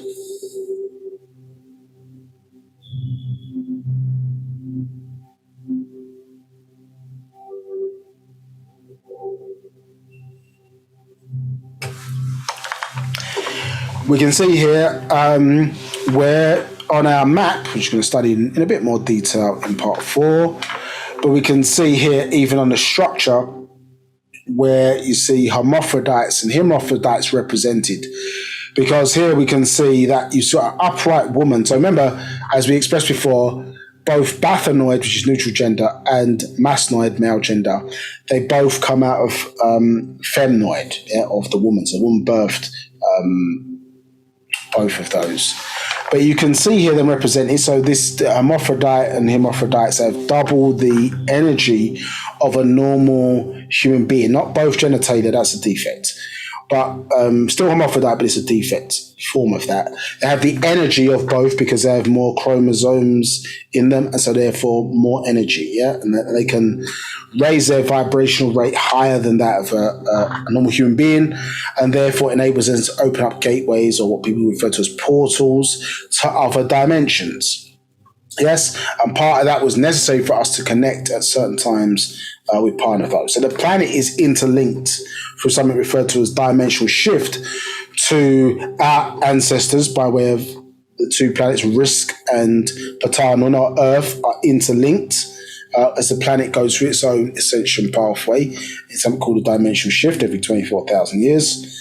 But here we see on our star map, which arose, again, in part form, going into more of that, when the planet got knocked off of its axis, so a new map had to be created to record the position of the stars and their astronomical impact on the planet. So we had to recalculate, and so hence we needed a new star map based upon the new axis shift of the planet. So we can see here that you see the women standing upright, and then two males, because obviously they're wearing the headdress of Horus, understood, which also symbolizes the fact that when they're wearing headdresses, it symbolizes the fact that they are mixed between two cultures. You understand? They're hybrid in a sense. You understand? Hence why they refer to him as a demi-deity, or one of the reasons why they refer to him as a demi-deity, because they were mixed, Sumerian, Egypt,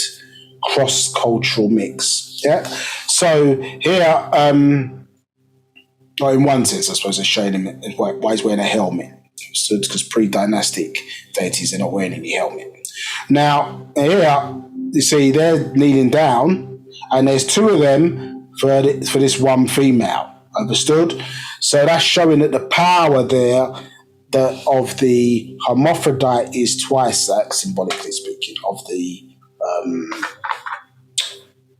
male. So they have more energy than the male. And even to open up the gateway, remember you need 4 hermaphrodites, so 1 hermaphrodite, so 2 hermaphrodites, 2 hermaphrodites, and they structure with the golden child in the center. And that's another quality principle. You understand? So the golden child is in the center in order to open up the gateway. So the golden child of 2,000 years ago and the real Papyrus Mesa was Tutankhamun. Understood? Yeah. And so here you see on the star map again the female, 1 female, to 2 haras in that sense. Yeah. So we'll get more into that calendar next class.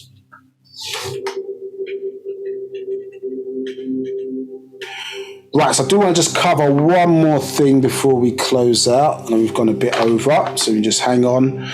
Just to cover conjunctions, I just want to deal with that, and then maybe we can close and then just finish off in part 4. So we did touch upon this earlier, just a reminder that obviously you see our story in the sort of main structure in the pyramid in Giza. A main pyramid in Giza, one of 4 in that region. And so we talked about, obviously, previously the various different chambers and how they're aligned with the king's and the queen chambers, aligned different constellations. So male energy, as I say, from Orion, and female energy from Sirius. Now, you need to understand this phenomena called conjunctions. They're very important because it comes up a lot, and it's important to understand it from a perception point of view of what is going on, and to understand it, but to not get caught up in the illusion, to understand what you're looking at, but understand it's a bit of an illusion as well, from somebody looking on the earth, looking up, and why things change, so why calendars have to be adjusted, etc., for this rationale reason. So we'll just take time just to watch a 5-minute video just to understand this phenomena called it's gone out of my head for a second, I just said it. Conjunctions. Thank you.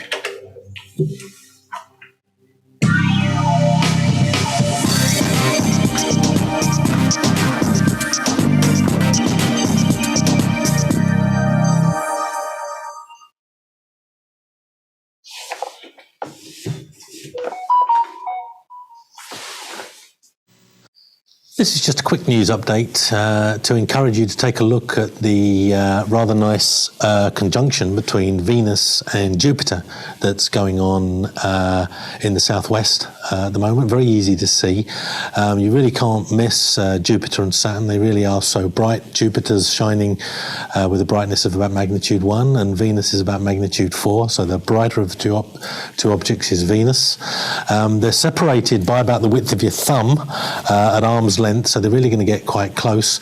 They're probably going to be their closest on the 13th of March, but they're going to look impressively close all the way until about the 17th. Now, we're just going to set the orrery up here to just give you a clue of what's going on before we show you actually where it is in the night sky. So if we can just bring the camera in a little bit closer so that we can show you the positions of Jupiter and Venus here. So you can see now we've set the camera up to give this line of sight effect. Now, obviously, this is the Earth, and that's our viewing point, so you kind of ignore that from the image, and we're looking across from the Earth towards Venus and Jupiter at the back here.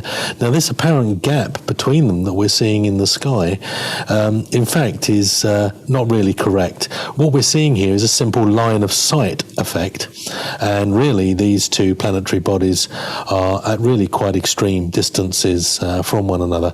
In fact, Jupiter here is something like 15 light minutes away from Venus. As you can see, if we change the camera angle and let you look down on top of the orrery here, looking straight down on top of it. And incidentally, the other planets are not in their correct position. We've only got this set up for Venus and Jupiter. So So you can see that although Jupiter and Venus are very impressively close in the night sky, again, just the thickness of your thumb or so, in reality, they're a long way apart, as the Ori was showing you there. Let's just have a quick look at a planetarium program so that you can actually see where these targets are and how long they're going to be visible for. We're going to be using Stellarium to show you that. Hopefully you can see that there. We're looking southwest. We can see that Jupiter's the fainter one of the two. Now, obviously, there's quite a bit of twilight around. The clock here is showing just after 6 o'clock in the evening. So we're following the sun, obviously, looking in the southwest. I'm going to switch the atmosphere off on this program so we can see a few more stars. There we go. It's a bit prettier, I think. And let's just bring that around a bit just so we see what's going on. Just point out a couple of things here to make it easy for you to find your bearings. Here, obviously, we've got Venus and Jupiter. We've got Taurus up here. We've got the Pleiades here, M45. And here's the constellation of Orion. There's Orion's belt. So really, this is a very rich area of the sky. And this coupling here, this conjunction between Venus and Jupiter, is one of the best I think we've seen in the last few years. So really a good chance for you to get something out there. So visible immediately after twilight, and then you'll have about 4 hours up to about maybe 8:30, perhaps a little later if you've got an unobstructed horizon. So that gives you a good 4 hours to make your observations. Let's just show you what you would see on Venus if you put a telescope on it. It's actually showing a phase at the moment, so let's just zoom in and show you what you could expect to see. Obviously, it's a nice target in binoculars.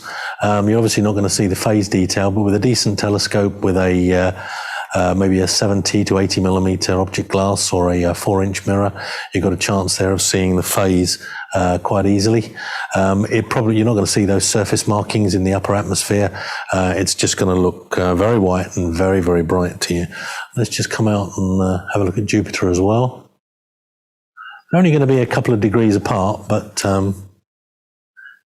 it'll be a struggle getting them in the same field of view unless you've got something with a very short focus. So it's a binocular target if you want to see them both.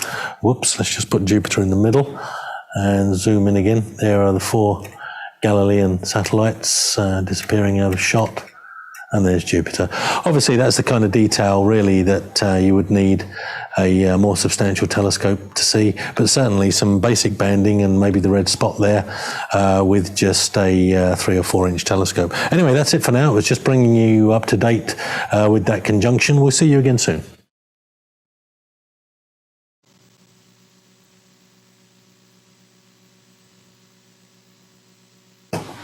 So a very important video and very important concept to study that, because of the perception of how things look as a human being standing on the planet Earth looking up, and to say how certain systems have been designed in relation to that. Now, what was interesting is you saw when he zoomed in on Jupiter, you saw that it wasn't a single point of light there. It was actually the planet and 4 of its surrounding moons there. Do you see what I'm saying? So it demiffed what they were seeing, what was there in reality, from the perception, or excuse me, not perception, from the perspective of where you were from.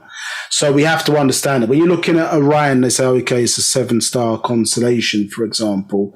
We have to understand that the closer you got to it, you're not going to see that picture of that single point of light. You're going to see, it's going to be made up of hundreds of thousands of planetary bodies, stars, different things of that nature. But as we're looking at it from here, from a certain perspective, that is what we're seeing. So that is the illusion of the picture. Yeah, I remember we showed you before the picture of the peacock. I don't know if you remember that from some previous classes. A picture of the peacock. And as we zoomed in to the picture, we saw that it was made up of little squares called pixels. Understood? And I'm sure if we zoomed in even more, yes, so from our perspective, it's just a combination of zeros and ones. So in terms of binary number system. So this is what we have to always understand when we're looking at these things. You understand that we're still, because of the illusion of light, this is how certain things are in place. So it's important to understand what the picture is showing, to understand how we can utilize that system so that everybody in the planet can understand with the position of the axis. If we're using, I don't know, for example, the Dendora star map, for example, because we understand that, well, there's going to be an energy shift at certain points, but you have to understand the illusion. That's Orion, how it looks for us here on Earth. It's not necessarily how Orion looks, but it can be a marker for certain things as a global system of usage, depending on where you are on the planet. And you're going to design your system accordingly. So the conjunction is obviously where two planetary bodies appear close in the sky at the same time, so two or more. And so here we can see on the diagram from Lost Records of Time, we can see that an inferior conjunction is basically where you've got the two objects shown in the sky and their position between the Earth and the Sun here. Yeah, correct. So that would be considered to be an inferior conjunction. So I don't know if you saw Mercury and Venus, something close in the sky together, because they are between the Earth and the Sun. That would be an inferior conjunction. A superior conjunction is where you're seeing, again, two or more objects in the sky, obviously close together, but the objects are on the other side. Maybe one or two of those objects are on the other side of the Sun. So from our perspective here, we could have a planet, you understand, on the other side here, because if it's the position where it's in its orbit. So let's say, I don't know, you saw, let's say Jupiter was here and then Mercury was here, for example, then that's going to show them close together. Obviously, that is superior because we've got this, it's on the other side of the Sun. Understood? So both of these are different types of conjunction. We're looking here at the map, and obviously it's got a long definition at the side, which you can either read or look up in your own time. So I'm just going to close this out so we don't have to cover it on the next part, probably another 5-10 minutes on that side. So we were talking to you, I think, in part one to show you about these star signs and all that kind of stuff, because obviously people jumping around, saying I'm Pisces, I'm Virgo, I'm Sagittarius, and you hear people, what sign are you, when they're interested, there's a bit of love interest, and the person gives their star sign, and then the person starts tripping out, that's my compatible sign, or no, I don't really get on with those, and blah blah blah, and therefore this kind of conversation about astrology. Now, astrology and astronomy are two different things. So astrology is I suppose trying to articulate the fact that the date when you're born, and date in time when you're born, place, and what's happening in terms of star signs has a direct impact on your personality and how you behave when you are born. Now, that science, or considered pseudoscience, obviously is not accepted by astronomists. They consider it bullcrap, to find a point on it. Now, from our perspective, from our doctrine, we don't consider it bullcrap. Well, we consider the way they've calculated it to be bullcrap, but we do understand that it can have an impact, or it's considered to have an impact when you're born, and the fact that, if the sun's and the planet are in a particular position and other planetary bodies are in a particular position, it can have an impact on all life forms on the planet Earth, including you as the child or the mother coming out, because your DNA is affected by your environmental circumstances, and it can have an impact on the type of personality. But there are a number of other factors that come in which can cause confusion around that. And say confusion, meaning to say it's not clear and not necessarily a science that can be relied upon because of the way we're structured as human beings. Now, one of the first points of problems is because obviously it's based upon the sun's movement, or we say sun entering a constellation. Now, the sun itself is not moving. The solar system is turning around, understood, it's turned around, or it's moving in a circular motion as well as orbiting. And as a result of that, the sun appears to go through, these celestial houses. Now, every year, because of this phenomena called precession change, understood? Yeah, which you know now as obliquity, correct? Yeah, or one of the axis points known as obliquity. But precession change is obviously talking about the axis of the planet Earth moving through these different constellations. And it changes every single year. It changes. It's not fixed. So these fixed star signs, for example, which a person may claim to be, you understand, it changes every year. You understand? Now, sometimes it might be the same as what originally people think it is, but sometimes it's different. And if you haven't calculated, all that you're talking about is a load of nonsense, because you haven't looked up a person's birth year to know, well, when did the sun enter into that constellation in that particular year of the person's birth, and even time is relevant in some instances in the daytime. And in addition, according to NASA, there's an extra constellation, a 13th one, that they haven't even calculated or factored in, called Papyrus. You understand? According to their calculations. So they didn't factor in. So we already talked about leap years and the confusion around that, and the calendar today and all the confusion around that. So a person is basing their decisions, or some people are, around a science that's not even accurate even to what it purports to be. Yeah, because as I say, it changes on an annual basis.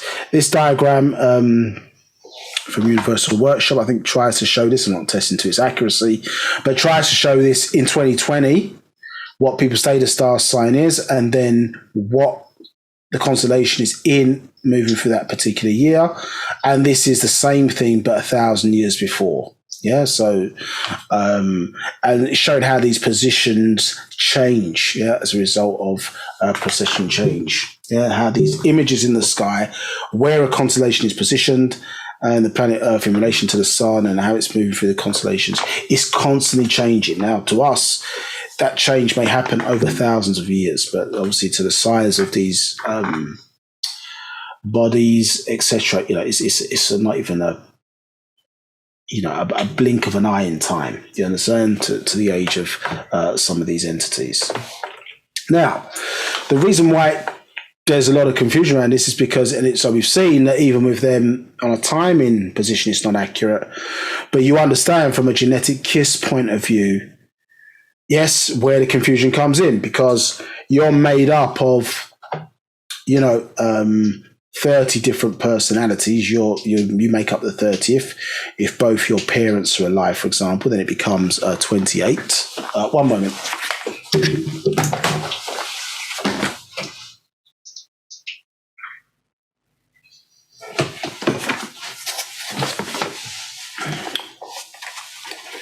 Yes, if both your parents are alive, then it becomes 28, etc. So you're made up of 4 generations, and these are the voices that you hear in your head, because obviously you've got the DNA and RNA from these individuals, and so they have desires, and you can hear their voices, sometimes expressing that because they're part of your bloodstream. You understood? So you've got when they were born, etc., to contend with. You understand as well. So you've got to calculate all of this to see what is actually going on. So here, what the master's saying here, now think of it in the form of each has its own zodiac sign they were born under. So you are not one zodiac sign you claim, you are all of these. You see? Factoring that in. Now remember, in nature, when you're a baby in the womb, you turn in a circle, don't you? And you're designed for your head, or your molar chakra, that point where we're entering in at, to align itself, touching base with each of the different so-called 12 houses, but we say 24 because they both got positive and negative signs. So, yeah, you're designed to touch in with all of them. You understand? As you're turning around in your circle. So you got to factor in all of these, yes, in actuality, and then it goes back to 2 U's as well. Who you are and then who you are presenting to the world, effectively. Yes, who you present to be. They're 2 different aspects of a person. And then we've got to factor in this genetic kiss now. So when a person is exchanging fluids, they're taking on board the personalities, by way of the DNA, of the individual who they're connecting with. Now, you see a lot of these programs, sometimes I see it, like the other day, I think I was watching one of the channels, I saw a advert for, one of these reality TV programs where I think the woman, she had 12 suitors or something, and she has to pick one or whatever in this program. And I think, some of them have got girlfriends, some of them haven't, you understand? And she picks the person who hasn't got a girlfriend. She wins they split the £50,000 prize between them. So she gets 25, they get 25. But if she picks somebody with a girlfriend, then the person takes the 25,000, takes the 50,000 for their relationship with their real girlfriend. Do you understand? So this is this program. Now, in the clip that they showed, she was kissing different men who she was making a connection with. So obviously on the television, because it's a reality TV program or whatever, it's acceptable. But as we're explaining to you, nature's rules don't business. And so they don't say, oh, well, she's an actress or he's an actor, in a movie. Therefore, the kiss is not real. Yeah? It doesn't say that. If they exchange fluids, the rules kick in. Yes? If you're in a reality TV program, okay, because society's not judging you because you're in a TV program, actually kissing up all these different men. But she's kissing up 4 men. That's 4... Yes, that's 4 times 30 and whoever else they've mixed in that you've now taken on board into your being. And it takes up to 9 years to get rid of it. So it's a serious thing to kiss somebody. It's a serious thing. Yeah, this is the ignorance of not understanding who we are as human beings in the environments that we're in and what the rules are of the environment. Because the rules don't change, as we explained earlier. It's got nothing to do with emotions. It's got nothing to do with our perception. The rules are the rules, how they work, how the environment works best without intervention. Yeah, a self-autonomous system, you understand, that works without too much intervention, I suppose, in that regard. And the rules kick in when they kick in. There's no delay. Yeah, in that case. So we can know the effect of couples because when you're in a relationship with somebody and you're exchanging fluids, you can start to look alike, you understand, whoever you take on board and mix with, or you can start to take on, share similar character traits. Sometimes it can be speaking the same or, thanks for that. Yeah, so it can be speaking the same, or even just certain characteristics, you may be walking the same, different things of that nature. You can see here from a few picture couples, how you can see they look like almost like brother and sister, almost in certain instances, or characteristics, how they've just been caught in a shot and they look very similar, yeah, to how they're moving. And this is because they are similar because they've taken on board each other's genes as a continual exchange of fluids from the couples. Yeah?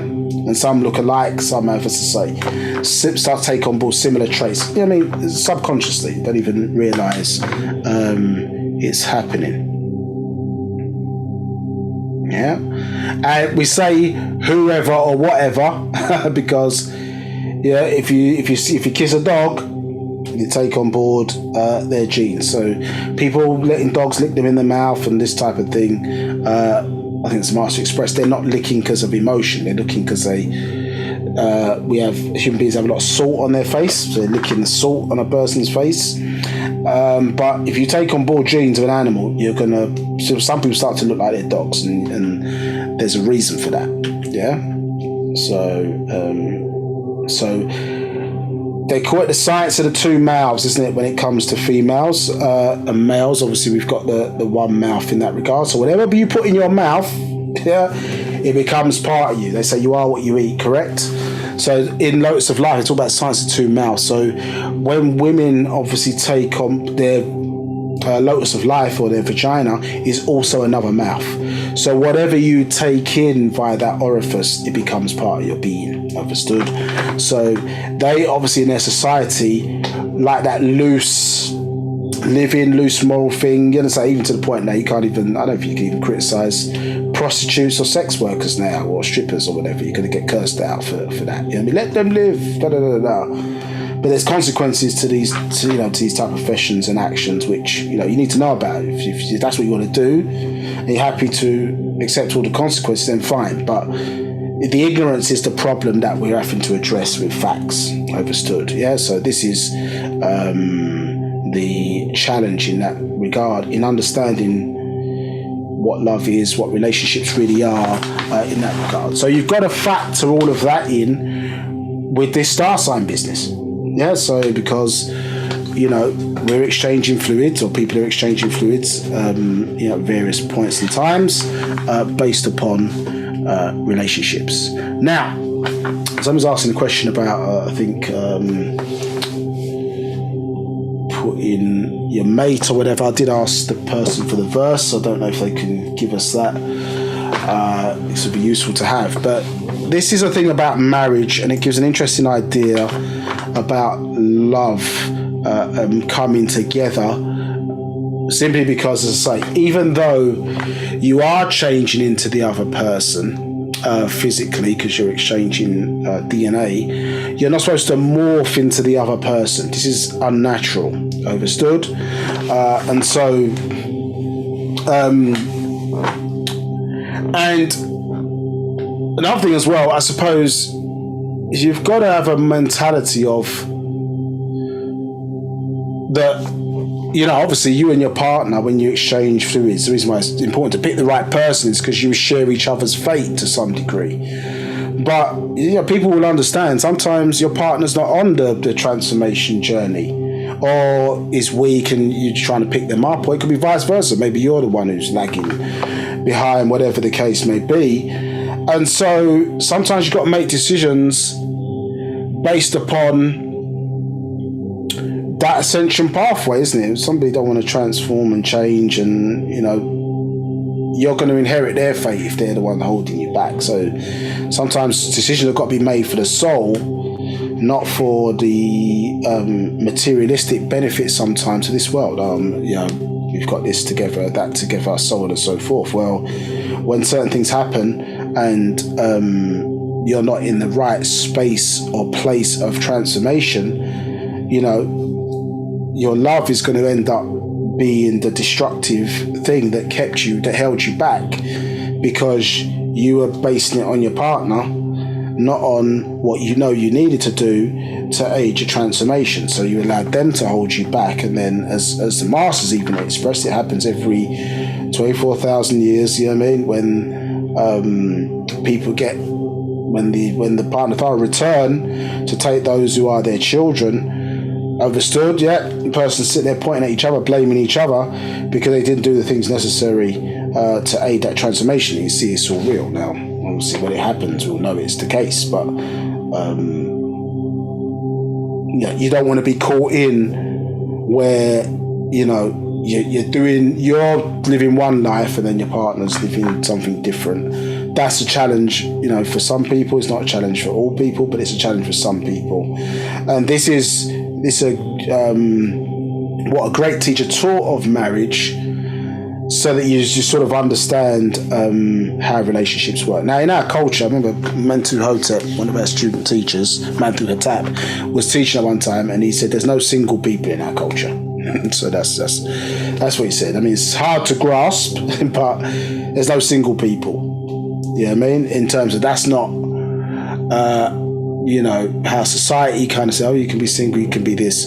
We're supposed to come together to complete a certain type of cycle, to become complete. So a man can't transform on his own. He needs his woman to transform, and then she will transform him, because she's still connected to nature via, as I say, lunar biology, and we're all affected by solar biology. You understand? So she was still connected to the heavens. So when natural nature is transforming and changing, she changes with it, and then she transforms her man. And that's how the system works. So for that reason, that's why it obviously can be a challenge. You understand what I'm saying? With all this, they promote that, and they've obviously organised their system in a way where it supports the breakup. And you know the science of all this, but it supports the breakup of the black family, and tries to give the impression, well, I'll pay you benefits, I'll give you a house, I'll give you this, as long as your man's not around, the system will support you in that regard. So it makes you feel you can live, not to say women cannot live independently, but it kind of promotes that in the system, and that has helped over certainly a number of decades to break down the family structure. So let's go through this just very quickly. So it says, you were born together, and together you shall, this is what a great teacher taught on marriage, you were born together, and together you shall be forevermore. You shall be together when the wings of death scatter our days. You shall be together even in the silent memory of the source. But let there be space between your togetherness, and let the winds of the skies dance between you. Love one another, but make not a bond of love. Rather, let it be a moving sea between the shores of your souls. Fill each other's cup, but drink not from the one cup. Give one another from your loaf, but not eat from the same loaf. Sing and dance together and be joyous, but let each one of you be alone. Though they quiver with the same music, give your hearts, but not into each other's keeping. For only the hands of life can contain your heart. And stand together, yet not too near together. For the pillars of the temple stand apart, and the oak tree and the pine tree grow not into each other's shadow. Blind love is for those who are blind and do not wish to see the faults of their partner. I don't suggest an abrupt divorce unless there is threat of danger, a lack of provisions for the family, or disloyalty. So if you choose a mate, it is best to investigate his or her family, their health background, their mental stability, and their genetic involvements. Be extremely careful in these days and times, for great and deadly diseases plague the human body. Do not be a victim of lust to death. Understand? So that's an extract of just some wisdom from the family guide. There's obviously more updated stuff in Lotus of Life about relationships and marriage. So the science of sex and the art of sex, as we continually say on this class, are both to be understood. You understand? People think they know about the art, but they don't know about the science. And the rules are the rules. They don't change based on emotions or fairness or things of that nature. Do you understand?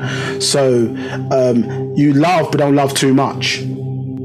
Is a point being made, I think, to the brother Mark who asked the question earlier. You understand? Love, but don't love too much. This ascension journey is real. And at the end of the day, if you give it up for over love of a partner, even over love of children, etc., you understand, of a certain age, yeah, if they don't do what you're supposed to do, sometimes you have to have a little bit of separation. I'm not saying to be cold, I'm not saying to negate a person's responsibilities, you understand, but you have to put some limits. Otherwise, are you going to go down, you know what I mean? You're going to go down with them, you understand? So it's what the reality of this journey, and sometimes the tough choices that have to be made on this ascension pathway, but still be all the things, caring, so on and so forth. Now, listen to the lyrics of this song for a second so you understand the impact of this genetic kiss and how it can take over an individual's being if they're not careful. Yes, just for a moment, few minutes.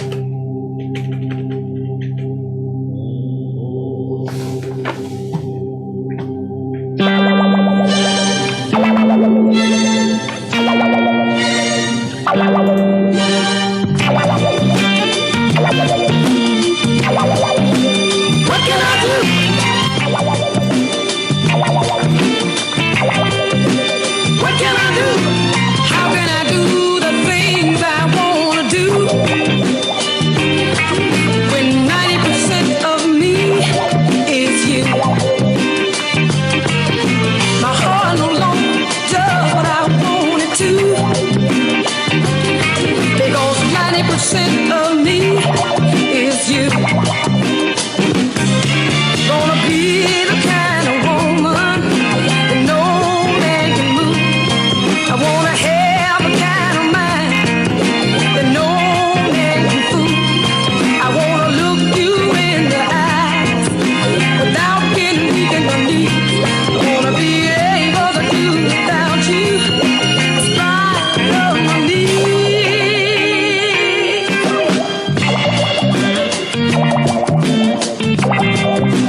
What can I do?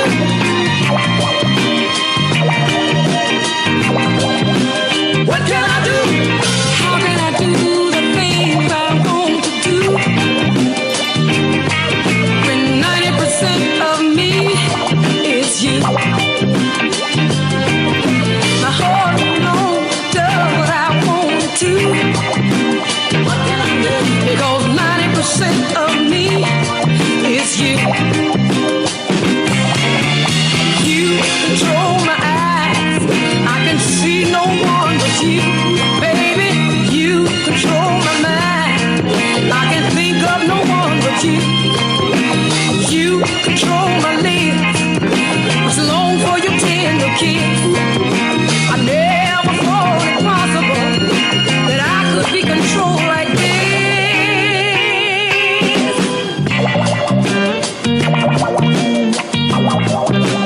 What can I do?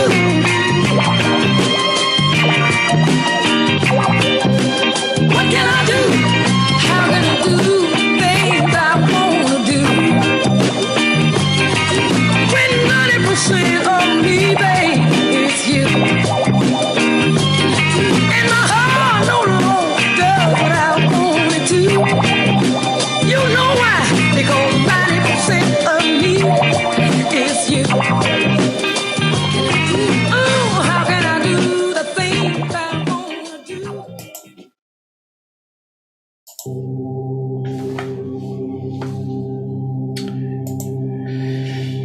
Brings a new meaning to Genetic Kiss when you listen to the lyrics of that song, both male and female.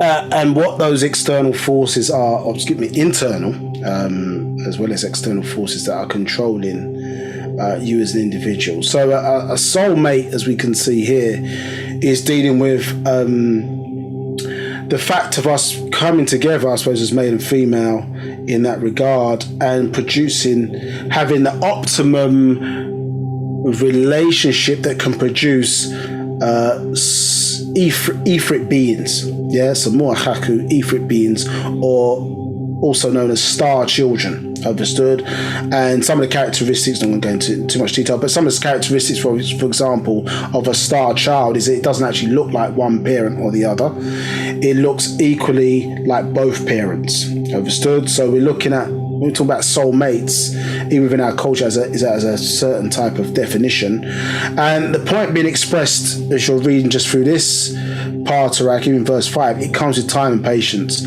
So yes, I suppose through natural nature, you will have, by way of the laws of attraction, people are coming together, but it's not necessarily just a click your fingers thing all the time, and people see each other and fall in love or lust. It takes work behind it as well for it to perfect the relationship, to perfect the communication, for you to become whatever, best friends on both sides to each other, to produce say optimum children being born. So we have to start to understand that with all of that being factored in, is that yes, I can be interested in what my partner wants to do, what she likes, so on and so forth, however that persuasion is set up,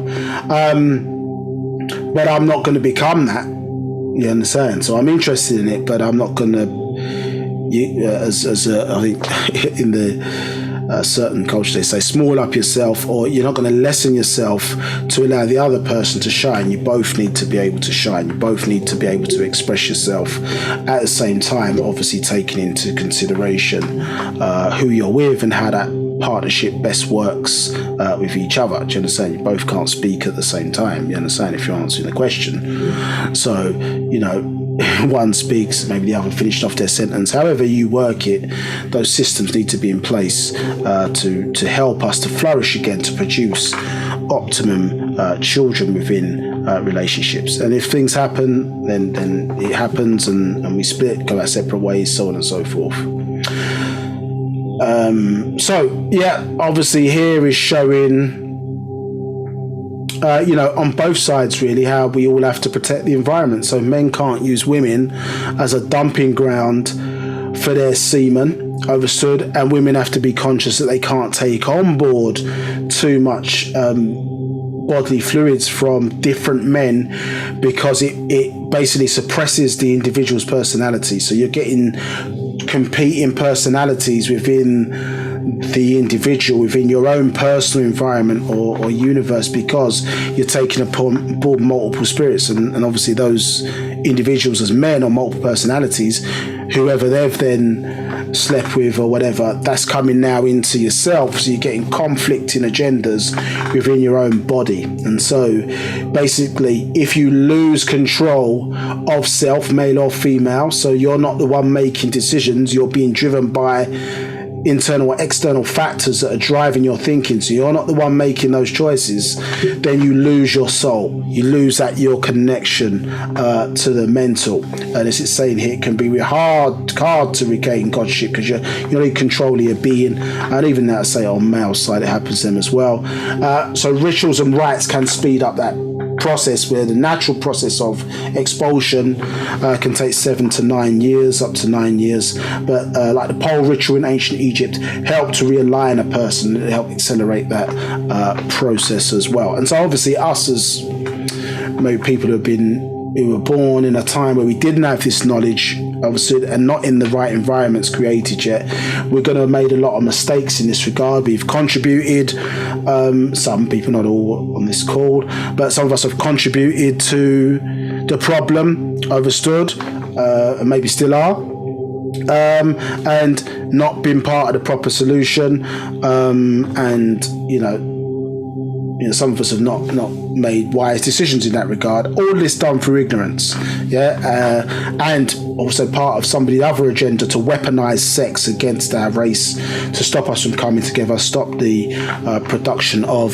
star children in that regard, understood? So sometimes you have to think longer term. Yes, correct, clean up ourselves now, but the benefits of us cleaning ourselves up may not be fully felt until, up to 4 generations down the line to really correct things. So we have to make sacrifices that we know sometimes are going to be beyond our own lifetime. You understand? Doesn't mean because, you understand, I slept with 10 men or vice versa, you know what I'm saying, I was, you're slinging dick all around the place or whatever the case may be, and you were contributing to the problem, that you just throw your hands up in the air and say you only live once. That's what they want you to do, you understand, so that you can be part of that self-destruction mindset. So when you die, your soul can then go down to these lower realms to act like an ether battery for lower forces. So you got to maintain, understood. Sometimes you hear things in the doctrine which are hard to take, but there's always a pathway for redemption, even if that means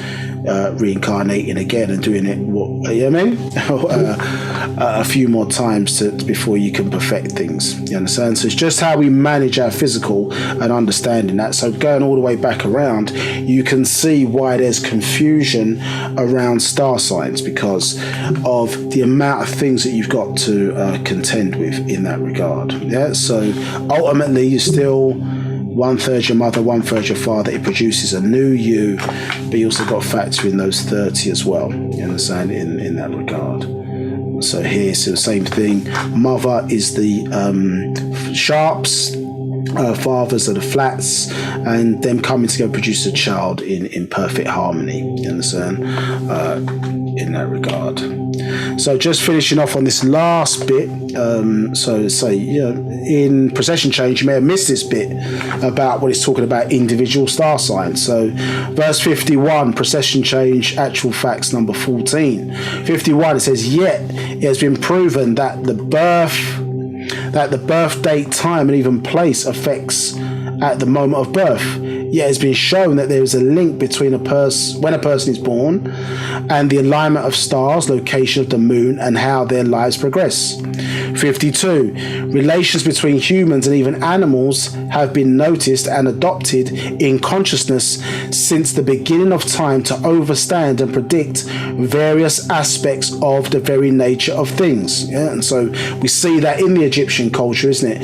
Where the anthropomorphic representation of individuals shows them, isn't it? Like we saw with Horus on the map with a hawk on his head and so on and so forth. The nature of the animalistic nature in the species being reflected in certain symbolism. 53. However, its main use was not for personal consideration. Yeah, so we observed these things. We noticed there was something to it, but we didn't. You know what I mean? We didn't use it for personal consideration. In that regard, yeah. 54. In ancient times, as the Egyptians moved eastward to set up Babylonia and Assyria, then returning back to Egypt some 9,000 years ago from 6,200 Earth years before. 55. The interpretation of the movement and pattern of the stars and planets were used to assist the priest of Hanut or Amun's priests on the people's protection, and the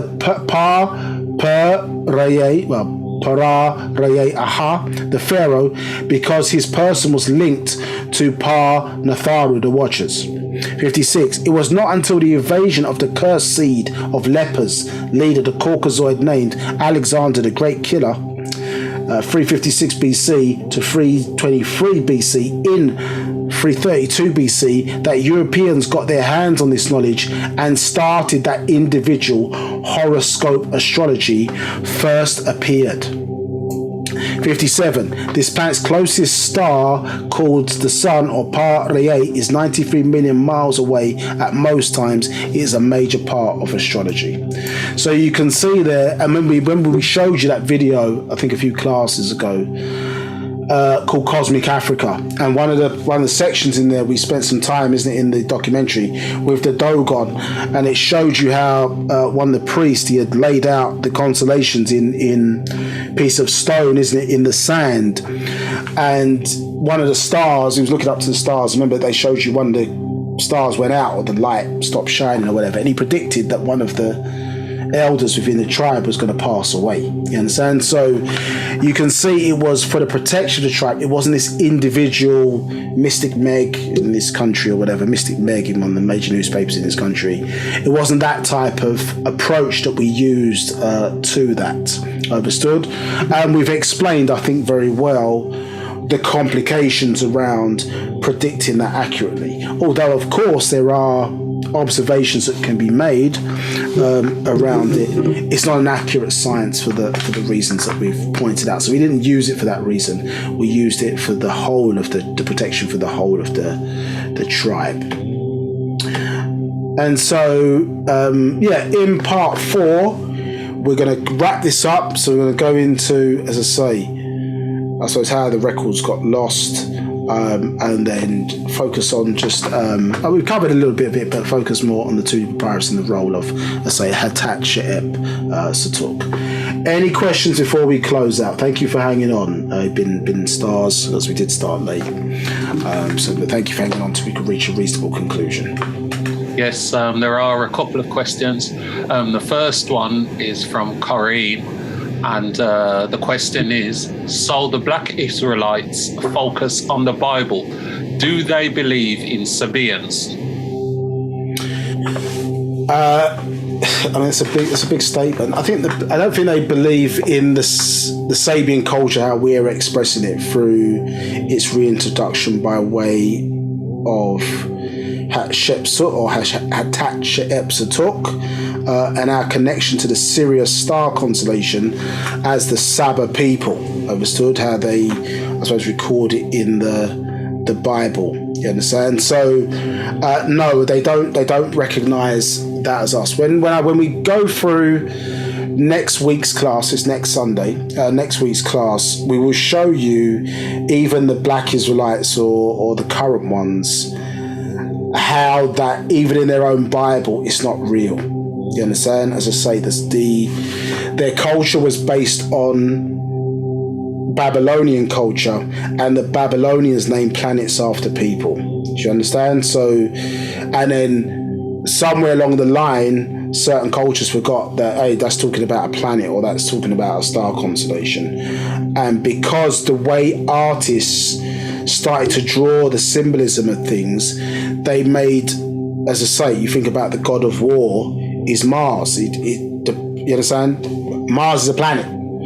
But through artisans, they've changed it into a person. You understand? The god of war, and they've drawn pictures around him. Well, somebody's now thinking Mars is a person, or he's a god in the culture, as opposed to remembering that you're talking about planets. So they don't recognize us insofar as they don't understand, even in the truth of their culture. Even though the master teacher wrote them a book called The Degree of Mosesism, and many books to bring them back to the truth of what they were looking at. We'll show you, particularly in Genesis 49, how it's all to do with cosmology and symbolism, and they've forgotten that. So in short, the answer is no, they don't understand that even as black Israelites, you understand? Because even when you follow that pathway line back, it's going to take you back to ancient Egypt, and they don't acknowledge that in their culture. Next question. The next question is from Divine Feminine, and the question is, can you find a soulmate if you are beyond childbearing years? Yes, I mean, there's no reason why that to stop. Obviously, beyond childbearing years, remember, in our culture, a woman is still a mother whether she bears children or whether she does not bear children. So if a woman, for example, physically cannot bear children, she is still a mother. So past childbearing age, you're still a mother, you're still a woman. Depending on if you have had children, you could be a grandmother and a mother, the 4-in-1 principle. So you still hold those titles. There is nothing stopping you at whatever age from finding a soulmate. As a woman, you're going to be aiding another person's transformation, and not to be too graphic, but it's important that women are able to have orgasms, so to speak, because there's an aspect of that heightens their spiritual powers. You understand? When you get older, you're maybe not as active sexually. You understand? I was making assumptions here, but some of the aspects of a person chemically, they start to reduce down. So, but it doesn't mean they still shouldn't engage in practice and love as we understand it to be, so on and so forth. So, again, no, find a partner. Or ask your Salafa ancestors to help you find the right partner. In that regard, taking into account all of the stuff that we've said today as well, because you want to make the right type of decision. Any other questions? That was the last question. I don't see any others here. Okay, I'll go into more of this, I think, in part 4. So because we've done a bit of an unusual schedule, just we were 1 week late with our class this week. So class is not in 2 weeks' time, it is next week for part 4. So back here, same time, hopefully on time, to start to do with part 4, let's say, where we bring everything together. So if you've not been able to see any of the previous parts, then this eventually this week will be on our YouTube channel, and parts 1 and 2 on the YouTube channel. If you're not able to see those, and then just walk through some of the parts or skip through just to see what we've covered previously. So we'll tie it all together in part 4. A bit of a challenge, but we'll seek to do that within our 3 to 4 hour slot. Okay, if there's nothing else, then really appreciate you hanging on. I think it's about something to 6. So, and your concentration and patience with me for being slightly late starting. Much appreciated. Stay safe this week with everything that's going on with COVID-19, etc. Don't take any unnecessary risks out there. And we will see you next Sunday for the final part of Lost Records of Time Revisited and the Tulli Papyrus. Understood? Yeah. Take care, everybody. We'll speak to you soon.